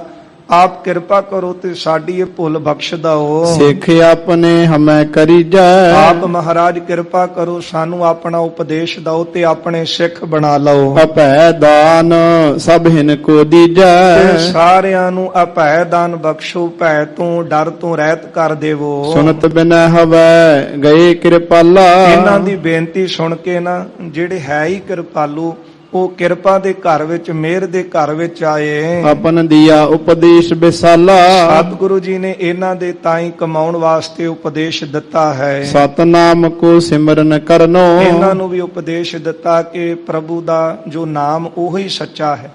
ਬਾਕੀ ਤਾਂ ਜਿਹੜੇ ਕਰਮ ਕਾਂਡ ਕਰ ਰਹੇ ਹੋ ਨਾ ਇਹ ਤਾਂ ਇੱਕ ਸਿਫਰਾਂ ਨੇ, ਪ੍ਰਭੂ ਦਾ ਨਾਮ ਏਕੇ ਦੀ ਤਰ੍ਹਾਂ ਹੈ। ਸਿਫਰਾਂ ਜਿੰਨੀਆਂ ਮਰਜ਼ੀਆਂ ਲਿਖ ਲਓ, ਜੇ ਏਕਾ ਨਹੀਂ ਲੱਗਾ ਤੇ ਸਿਫਰਾਂ ਦਾ ਮੁੱਲ ਕੋਈ ਨਹੀਂ। ਕਰਮ ਕਾਂਡ ਤਾਂ ਤੁਸੀਂ ਦਿਖਾਵੇ ਦੇ ਬੜੇ ਕਰਦੇ ਹੋ, ਨਾਮ ਤੋਂ ਸਖਣੇ ਹੋਣ ਕਰਕੇ ਤੁਹਾਡੀ ਇਹ ਹਾਲਤ ਹੈ ਕਿ ਤੁਸੀਂ ਅੰਦਰੋਂ ਖਾਲੀ ਹੋ, ਅੰਦਰੋਂ ਵਾਂਝੇ ਹੋ ਉਹਦੀ ਕਿਰਪਾ ਤੋਂ। ਇਸ ਕਰਕੇ ਪ੍ਰਭੂ ਦਾ ਨਾਮ ਜਪੋ ਲਿਵ ਲਾ ਕੇ। ਸੰਤ ਸੇਵ ਮਹਿ ਹਿਤ ਉਰ ਤਰਨੋ, ਅਤੇ ਸੰਤਾਂ ਦੀ ਸੇਵਾ ਦੇ ਵਿੱਚ ਆਪਣਾ ਹਿੱਤ ਧਰੋ, ਪਿਆਰ ਧਰੋ। ਭੂਪਤ ਦਾਹੋ ਬਹੁਰ ਕਰਵਾਇਓ, ਫਿਰ ਆਪ ਕਹਿ ਕੇ ਸਤਿਗੁਰੂ ਜੀ ਨੇ ਰਾਜੇ ਦਾ ਉੱਥੇ ਸੰਸਕਾਰ ਕਰਾਇਆ। ਸਿੰਘਾਸਨ ਰਿਪ ਸੁਤ ਬੈਠਾਇਓ, ਤੇ ਰਾਜੇ ਦੇ ਸਿੰਘਾਸਨ ਤੇ ਉਹਦੀ ਗੱਦੀ ਤੇ ਰਾਜੇ ਦਾ ਪੁੱਤਰ ਜਿਹੜਾ ਸ਼ਰਨ ਵਿੱਚ ਆਇਆ ਸੀ ਸਤਿਗੁਰਾਂ ਦੀ, ਉਹਨੂੰ ਉਪਦੇਸ਼ ਦੇ ਕੇ ਨਾਮ ਜਪਣ ਦਾ, ਉਹਨੂੰ ਫਿਰ ਸਿੰਘਾਸਨ ਦੇ ਉੱਤੇ ਬਿਠਾਇਆ। ਦੋਹਰਾ ਨਾਮ ਧਰਮ ਜਬ ਰਾਖਿਓ ਰਾਜ, ਤੇ ਨਾਮ ਧਰਮ ਜਸ ਰਾਖਿਓ ਰਾਜ। ਸਤਿਗੁਰੂ ਜੀ ਨੇ ਨਾਮ ਧਰਮ ਜਸ ਰਾਖਿਓ, ਉੱਥੇ ਜਿਹੜਾ ਨਾਮ ਦਾ ਜਿਹੜਾ ਜਸ ਸੀ ਉਹੀ ਰੱਖਿਆ। ਰਾਜ ਤਿਲਕ ਕੋ ਦੇ, ਤੇ ਇਸ ਰਾਜੇ ਦੇ ਪੁੱਤਰ ਨੂੰ ਰਾਜ ਤਿਲਕ ਦਿੱਤਾ। ਸੁੰਦਰ ਧਰਮਸ਼ਾਲਾ ਰਚੀ, ਸੋਹਣੀ ਜਿਹੜੀ ਧਰਮਸ਼ਾਲਾ ਸੀ ਇੱਥੇ ਸਥਾਪਿਤ ਕੀਤੀ ਹੈ। ਕੀਰਤ ਤਹਾਂ ਕਰੇ, ਤੇ ਪ੍ਰਭੂ ਦੀ ਕੀਰਤੀ ਕਰਨ ਵਾਸਤੇ ਇੱਥੇ ਗੁਰੂ ਜੀ ਨੇ ਕਹਿ ਕੇ ਧਰਮਸ਼ਾਲਾ ਕਾਇਮ ਕੀਤੀ ਕਿ ਇੱਥੇ ਧਰਮਸ਼ਾਲਾ ਬਣਾਓ ਤੇ ਦੋਵੇਂ ਸਮੇਂ ਸੰਗਤ ਕਰੋ, ਨਾਮ ਜਪੋ, ਬੰਦਗੀ ਕਰੋ, ਭਗਤੀ ਕਰੋ, ਧਰਮ ਦੇ ਕਰਮ ਕਰੋ। ਜਿਹੜੇ 10 ਅੰਗ ਹਨ ਧਰਮ ਦੇ ਉਹ ਧਾਰਨ ਕਰੋ। ਤੇ ਇਹੋ ਹੀ ਉਪਦੇਸ਼ ਸਤਿਗੁਰੂ ਜੀ ਨੇ ਇਹਨਾਂ ਨੂੰ ਦਿੱਤਾ ਕਮਾਉਣ ਵਾਸਤੇ, ਫਿਰ ਤੁਹਾਡੀ ਕਲਿਆਣ ਹੋਵੇਗੀ, ਭਲਾ ਹੋਵੇਗਾ। ਉਪਦੇਸ਼ ਮਹਾਰਾਜ ਨੇ ਇਹਨਾਂ ਨੂੰ ਦੇਣ ਵਾਸਤੇ ਜਿਹੜੇ ਕਰਮ ਕਾਂਡਾਂ ਵਿੱਚ ਲੱਗ ਕੇ ਆਪਣਾ ਮਨੁੱਖਾ ਜਨਮ ਜਿਹੜਾ ਸੀ ਵਿਅਰਥਾ ਗਵਾ ਰਹੇ ਸਨ, ਸਾਰਿਆਂ ਨੂੰ ਪ੍ਰਭੂ ਭਗਤੀ ਵਿੱਚ ਸਿਮਰਨ ਵਿੱਚ ਜੋੜਿਆ। ਇੱਥੇ ਵੀ ਧਰਮਸ਼ਾਲਾ ਕਾਇਮ ਕਰਕੇ ਸਤਿਗੁਰੂ ਫਿਰ ਇਸ ਤੋਂ ਅਗਲੇ ਖੰਡ ਵਿੱਚ ਪਹੁੰਚਦੇ ਹਨ। ਉਸ ਤੋਂ ਬਾਅਦ ਸਤਿਗੁਰੂ ਜੀ ਫਿਰ ਭਾਰਤ ਖੰਡ ਜਿਹੜਾ ਹੈ ਉੱਥੇ ਮਹਾਰਾਜ ਆਉਣਗੇ ਤੇ ਭਾਈ ਬਾਲਾ ਜੀ, ਭਾਈ ਮਰਦਾਨਾ ਜੀ ਸਤਿਗੁਰਾਂ ਦੇ ਨਾਲ ਹਨ। ਜੋ ਕੌਤਕ ਭਾਈ ਬਾਲਾ ਜੀ ਨੇ ਅੱਖੀਂ ਦੇਖੇ ਹਨ, ਇਹ ਧੰਨ ਗੁਰੂ ਅੰਗਦ ਦੇਵ ਸਾਹਿਬ ਮਹਾਰਾਜ ਜੀ ਨੂੰ ਖਡੂਰ ਦੀ ਧਰਤੀ ਤੇ ਸੁਣਾ ਰਹੇ ਹਨ। ਅਤੇ ਇਹਨਾਂ ਵਿੱਚੋਂ ਸਿੱਖਿਆ ਇਹ ਮਿਲਦੀ ਹੈ ਕਿ ਸਤਿਗੁਰੂ ਜੀ ਨੇ ਰਹਿਮਤਾਂ ਵਰਤਾਈਆਂ। ਸਾਰੀ ਦੁਨੀਆ ਦੇ ਵਿੱਚ ਸਤਿਗੁਰੂ ਜੀ ਨੇ ਨਾਮ ਦਾ ਹੀ ਬੀਜ ਬੀਜਿਆ, ਪ੍ਰਭੂ ਦੀ ਪ੍ਰੇਮਾ ਭਗਤੀ ਕਰਨ ਦਾ ਉਪਦੇਸ਼ ਦਿੱਤਾ ਹੈ। ਜਿਨ੍ਹਾਂ ਨੇ ਇਹ ਗੁਰੂ ਜੀ ਦੇ ਬਚਨਾਂ ਦੀ ਕਮਾਈ ਕੀਤੀ ਜਾਂ ਜਿਨ੍ਹਾਂ ਨੇ ਉਪਦੇਸ਼ ਸੁਣਿਆ, ਸੁਣ ਕੇ ਧਾਰਨ ਕੀਤੇ, ਉਹ ਸਿੱਖ ਬਣੇ, ਕਮਾਉਣ ਵਾਲੇ ਸੰਸਾਰ ਸਾਗਰ ਤੋਂ ਤਰੇ ਹਨ। ਰਹਿੰਦਾ ਪ੍ਰਸੰਗ ਕੱਲ ਦੇ ਦੀਵਾਨਾਂ ਵਿੱਚ ਸਰਵਣ ਕਰਾਂਗੇ। ਆਓ ਇੱਥੇ ਦੋ ਪੰਕਤੀਆਂ ਅਖੀਰਲੀਆਂ ਸਰਵਣ ਕਰੀਏ। ਭੁੱਲਾਂ ਚੁੱਕਾਂ ਦੀ ਖਿਮਾ ਕਰਨੀ, ਲੇਖਾ ਕਤਿਹ ਨ ਛੂਟੀ ਹੈ, ਖਿਨ ਖਿਨ ਫੂਲਨ ਹਾਰ, ਬਖਸ਼ਨ ਹਾਰ ਬਖਸ਼ ਲੈ, ਨਾਨਕ ਪਾਰ ਉਤਾਰ। ਨਾਮ ਧਰਮ ਜਸ ਰਾਖਿਓ, ਰਾਜ ਤਿਲਕ ਕੋ ਦੇ, ਸੁੰਦਰ ਧਰਮਸ਼ਾਲਾ ਰਚੀ, ਕੀਰਤ ਤਹਾਂ ਕਰੇ। ਵਾਹਿਗੁਰੂ ਜੀ ਕਾ ਖਾਲਸਾ, ਵਾਹਿਗੁਰੂ ਜੀ ਕੀ ਫਤਿਹ।